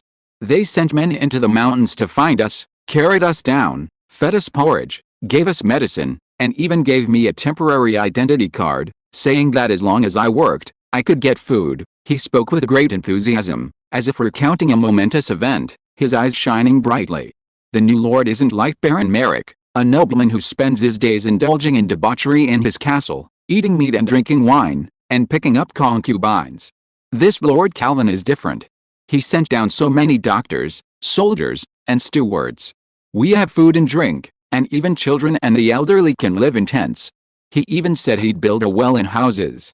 This isn't like a lord at all. He's practically a dragon's messenger descended to earth. Ian listened quietly, his gaze somewhat dazed. He looked at his daughter, whom he had watched over day and night, and then thought of the old nobles who treated refugees like dirt, and his heart sank. He had never met this young lord named Calvin, and didn't even know what he looked like. Yet the people he sent had saved Maya, saved him, and saved so many others. In this already shattered world, he had given people hope again. It really seems different now, Ian murmured softly, so softly that even I couldn't hear him. If this lord was really willing to take them in, if he was willing, then he would definitely follow him. Even if the work assigned to him was the hardest and most tiring, he would do anything as long as his daughter could live. Fortunately, his wish was soon fulfilled. At noon, an official in the Red Tide Territory uniform stepped into the tent. The man was unarmed and unhurried, carrying paper and pen to ask questions one by one. He walked up to Ian and nodded slightly. May I ask your name and village of origin? Ian, from Whitestone Village, he answered subconsciously, his eyes still wary. We're currently accepting refugees here, and we need to register their identities. We can provide food and lodging, but you'll need to exchange it for labor. Do you have any skills? Ian hesitated for a moment. I used to be a carpenter, I can make furniture and repair houses. Hearing this, the official nodded, his tone becoming more serious. Very good. Those with skills will be given priority for accommodation, and they can also apply for settlement quotas later. He then handed Ian a complete set of supplies, a number tag painted red, with his new number on it, a set of gray thermal undershirts, the style of which looked like old military uniforms, handmade but clean and sturdy, a wooden bowl wrapped in coarse linen, and a worn but dried blanket. He noticed that Ian didn't even have shoes on his feet. After a few seconds of silence, he took out a pair of somewhat dirty old military boots from his bag and handed them to him. These will do. Ian took the boots, his fingertips trembling slightly, his voice a little hoarse. Thank you. You're assigned to work in shed number 3. Go to the assembly point early tomorrow morning and join the craftsman's team to build houses. Don't worry about not having food. 3 meals a day will be provided. After the official finished speaking, he turned and moved on to the next refugee. Ian looked down at the things in his hands, touching each item as if afraid they would suddenly disappear. That night, as usual, Ian stayed by his daughter's side, feeding her porridge spoonful by spoonful. Sometime later, Maya slowly opened her eyes. Maya. Ian could hardly believe what he was seeing. The little girl was still very weak, but her eyes were already focused. She looked at her father, tears slowly welling up in her eyes, and reached out her small hand to gently grasp his large hand. Daddy. It was this sentence that finally shattered the heavy stone that had been weighing on Ian's heart for so long. He lowered his head, buried his face beside his daughter, and his voice choked as if it had been torn apart. You survived. Thank you, Lord. May the dragon ancestor protect you. Thank you. A gust of wind swept by outside the tent, and the red flag hanging high in the wind fluttered like flames in the night. In the center of the flag, the golden sun shone brightly, as if real, like light dispelling the winter chill and bringing warmth. Ian gazed at the flag, his lips moving slightly as he whispered the name he'd heard from Mike, Lord Lewis Calvin. Thank you. Thank you. This miracle wasn't just happening to Ian. In every new territory Lewis had acquired, he dispatched such a team. Teams composed of Red Tide soldiers, knights, doctors, craftsmen, and registrars, carrying food, medicine, and order, ventured deep into the ruins of villages and towns. They pitched tents, cooked hot porridge, received refugees, and registered their information, offering a chance to survive to those who had lost everything in the war. As for those refugees not on his territory, he would turn a blind eye and take them in as long as they were willing to come and work. Of course, not everyone came with gratitude. After the war, Many bandits and thugs had indeed emerged, robbing, extorting, and even disguising themselves as refugees to infiltrate the camps. Just as dawn broke, a long queue formed outside the porridge shed at the camp, smoke curling from the chimneys and pots bubbling away. Suddenly, a commotion erupted from behind. "Get out of the way. Get lost you if you don't want to die, grain. Give us all the grain." A group of ragged bandits, their eyes gleaming with malice, rushed out of the woods. There were about 30 of them, armed with broken axes, machetes, and even long swords. They had been lying in wait nearby, anticipating this moment when the porridge was being cooked and distributed. Chapter 99 Order. The bandits attacked, and terrified women and children scattered in panic, even knocking down the elderly who were queuing. Chaos reigned, and the refugees were at a loss. Just then, a warhorse leaped from the command tent. The rider, draped in a crimson cloak, spurred his heavy boots, and the horse neighed as it charged through the crowd. The rider's fighting spirit surged like flames, rising from his shoulders to the tip of his sword, igniting a crimson glow. "Anyone who dares to steal grain, kill without mercy." His voice boomed like thunder, piercing the chaos and intimidating everyone. Immediately after, 2 more warhorses charged out, and 3 crimson-tide knights swiftly deployed, flanking the bandits and trapping them in a semicircular area at the edge of the camp. "Charge! There are only 3 of them," someone shouted, and the hot-blooded bandits, swords and axes raised, charged at the 3 riders. Then they saw the true difference between knights and ordinary people. The lead knight raised his longsword high, unleashing a sweeping, arcing slash that cleanly severed 3 charging bandits in half at the waist. Limbs, writhing in flames and aura, tumbled through the air, blood splattering onto the muddy ground, filling the air with the stench of blood. What happened?" one of them cried out in alarm, before the second knight spurred his horse forward, its hooves raised high, the sudden acceleration sending him flying 3 meters away. Then, another knight followed up with a swift strike, piercing the chests of 2 men beside him, pulling the sword out with a spray of blood. The longsword swung horizontally, sending the severed bodies flying, knocking down a third who was still trying to advance. Then, turning, he sliced a bandit attempting to flank him in 2 from shoulder to abdomen, a gruesome death. "Run! Run!" Finally, someone realized something was wrong. These knights were monsters to them. But it was too late. The 3 knights galloped away, their battle auras roaring, and began their hunt. Each strike was accompanied by a burst of aura, severing flesh and bone as easily as chopping wood. Some tried to escape by scaling the wall, only to be pinned to it by a sword. Others dropped their weapons and knelt to beg for mercy, but no one paid them any attention. Their spines were crushed by horses' hooves. In just a few minutes, over 20 of the 30-odd bandits fell, and the remaining few were deliberately left behind, bound hand and foot, and dragged to an open area outside the camp. That evening, a makeshift wooden platform was erected in the camp square. Torches blazed, illuminating the entire open space. 7 bandits, bound hand and foot, knelt on the platform, their faces ashen, trembling. The ferocity they once displayed, wielding short knives to threaten their comrades, was now completely gone. The square was surrounded by a crowd of over 100 people, mostly civilians who had just escaped hunger and war. Their faces were etched with exhaustion, but now they stood tall, glaring angrily at the bandits. "Everyone's working honestly. Why are you stealing our grain? Good days are just beginning to appear, and they want to cause chaos.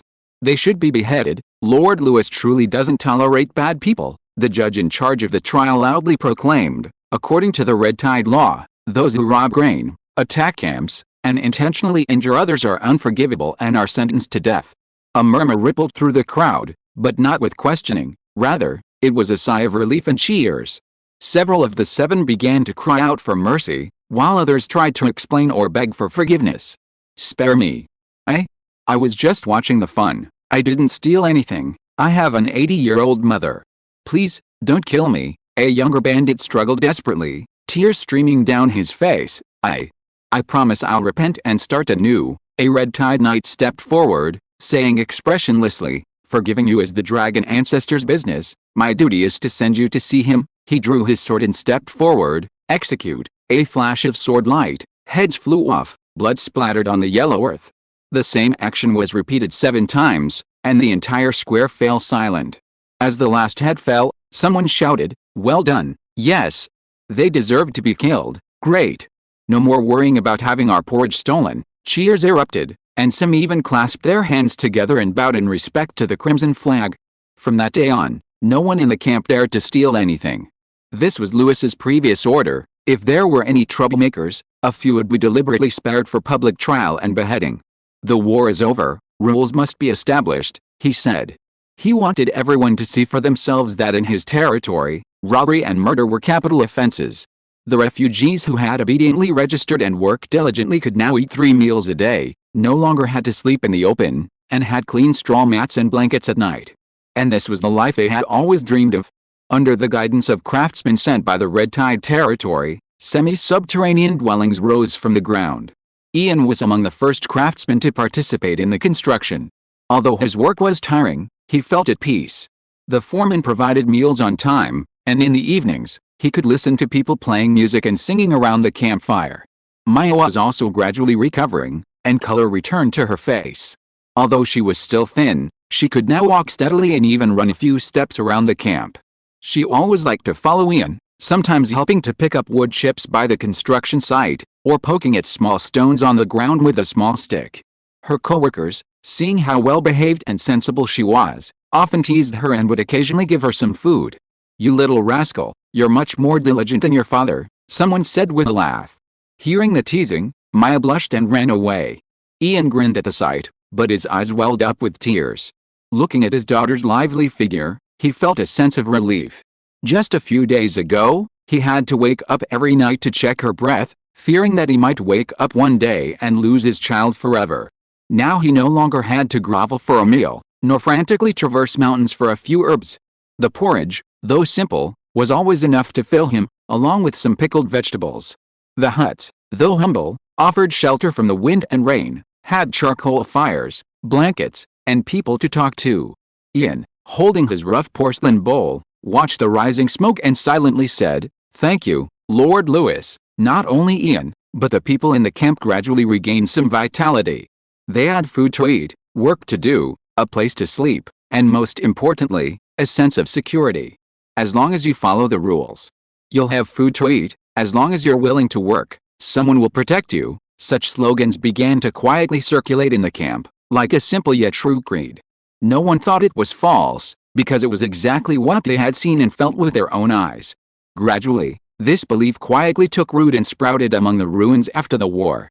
And that crimson flag, unfurled in the morning light, the sun on the flag growing brighter and brighter, as if it had truly dispelled the gloom over this land. Chapter 100: Taming Wolves and the Castle. Lord Lewis, revered by all, was currently playing with a wolf. Leng Feng lay prone on the grass, its ears twitching, its eyes focused, awaiting Lewis's command. Ambush. Leng Feng silently slipped into the grass, its figure like a silver-gray shadow, circling to Lewis's side. Surprise attack. It leaped out, biting the hanging cloth target and swinging it violently a few times. Retreat. It quickly released its grip, nimbly turning and rushing back to Lewis's side, its movements clean and efficient, without a single wasted movement. After months of training, Leng Feng could now understand almost all of Lewis's commands. Whether it was infiltration, ambush, or protection, it executed them flawlessly. Sometimes, it didn't even need to speak. A single glance was enough for it to understand its master's intentions. Of course, for the past 2 months, it wasn't Lewis who had trained Leng Feng, but Edgar. But the dire wolf's nature carried a strong sense of hierarchy. Edgar was responsible for training, feeding, and instructing, but Leng Feng had never truly obeyed him. As soon as Lewis returned, it immediately wagged its tail and rushed to greet him, following him closely like a shadow. It knew perfectly well who the real boss was. "Good dog," Lewis said, crouching down to stroke its forehead. Leng Feng whimpered softly, rubbing its head against Lewis's hand as if seeking praise, then tilted its head back and confidently pressed its large head against Lewis's leg, as if being affectionate. "Here we go again," Lewis said with a wry smile, half his body pinned down. "You're the Wolf King, not a dog." "Hey, stop licking." Leng Feng's tail wagged like a windmill, its tongue lolling out, looking every bit like a husky. Of course, it only acted this way in front of Lewis. In front of the other wolf cubs, it was a completely different leader. "Tisk, you've completely taken me for your master now," Lewis said, gently running his fingers through the fur on Leng Feng's neck, enjoying the smooth yet wild feel. "It would be even better if you were a little taller and stronger," Lang Feng was about 6 months old now, just out of cub stage. His limbs were starting to lengthen, and his muscles were slowly becoming firmer. But it would still take more than a year for him to fully mature. In other words, my dream of being a wolf rider will have to wait a while longer. Lewis's gaze drifted into the distance, as if he could already see himself riding a wolf, leaving thousands of troops in the dust. Just then, light footsteps came from behind. It was Sif, carrying a stack of reports in her arms. As she approached, she spoke softly. The intelligence from various places has arrived. Would you like me to read it to you? Lewis nodded, signaling her to begin, while continuing to tease Lang Feng. Sif unfolded the parchment and began reading aloud, item by item. A herd of snow goats has been successfully tamed in snow-filled territory, suitable for penning and breeding, producing more milk in winter. The grain depot and tent outpost in fur territory have been completed, and over 700 people have registered to settle there. In Ice Ridge territory, the Knights successfully rescued hundreds of trapped civilians from the mountain passes, and they are all now settled. As for Deer territory, the third bandit suppression operation has concluded. 3 bandit leaders have been beheaded and their heads displayed. And the remaining bandits have fled at the mere mention of it. Lewis listened and nodded slightly. Not bad. The initial results of the plan are already showing. His gaze was calm, his tone slightly self-deprecating. I wonder how many people we can save. It's just that the food is being consumed too quickly, but the first batch of purchased grain should arrive soon. Just a few more days. He smiled bitterly. Is this the price of being the sun? Sif didn't really understand why Lewis always liked to compare himself to the sun. Perhaps there was some special meaning, like to illuminate others. Sif then continued to report on some of the daily affairs of the territories. Most of these issues were minor matters. Lewis listened half-heartedly until Sif mentioned something he had been eagerly anticipating.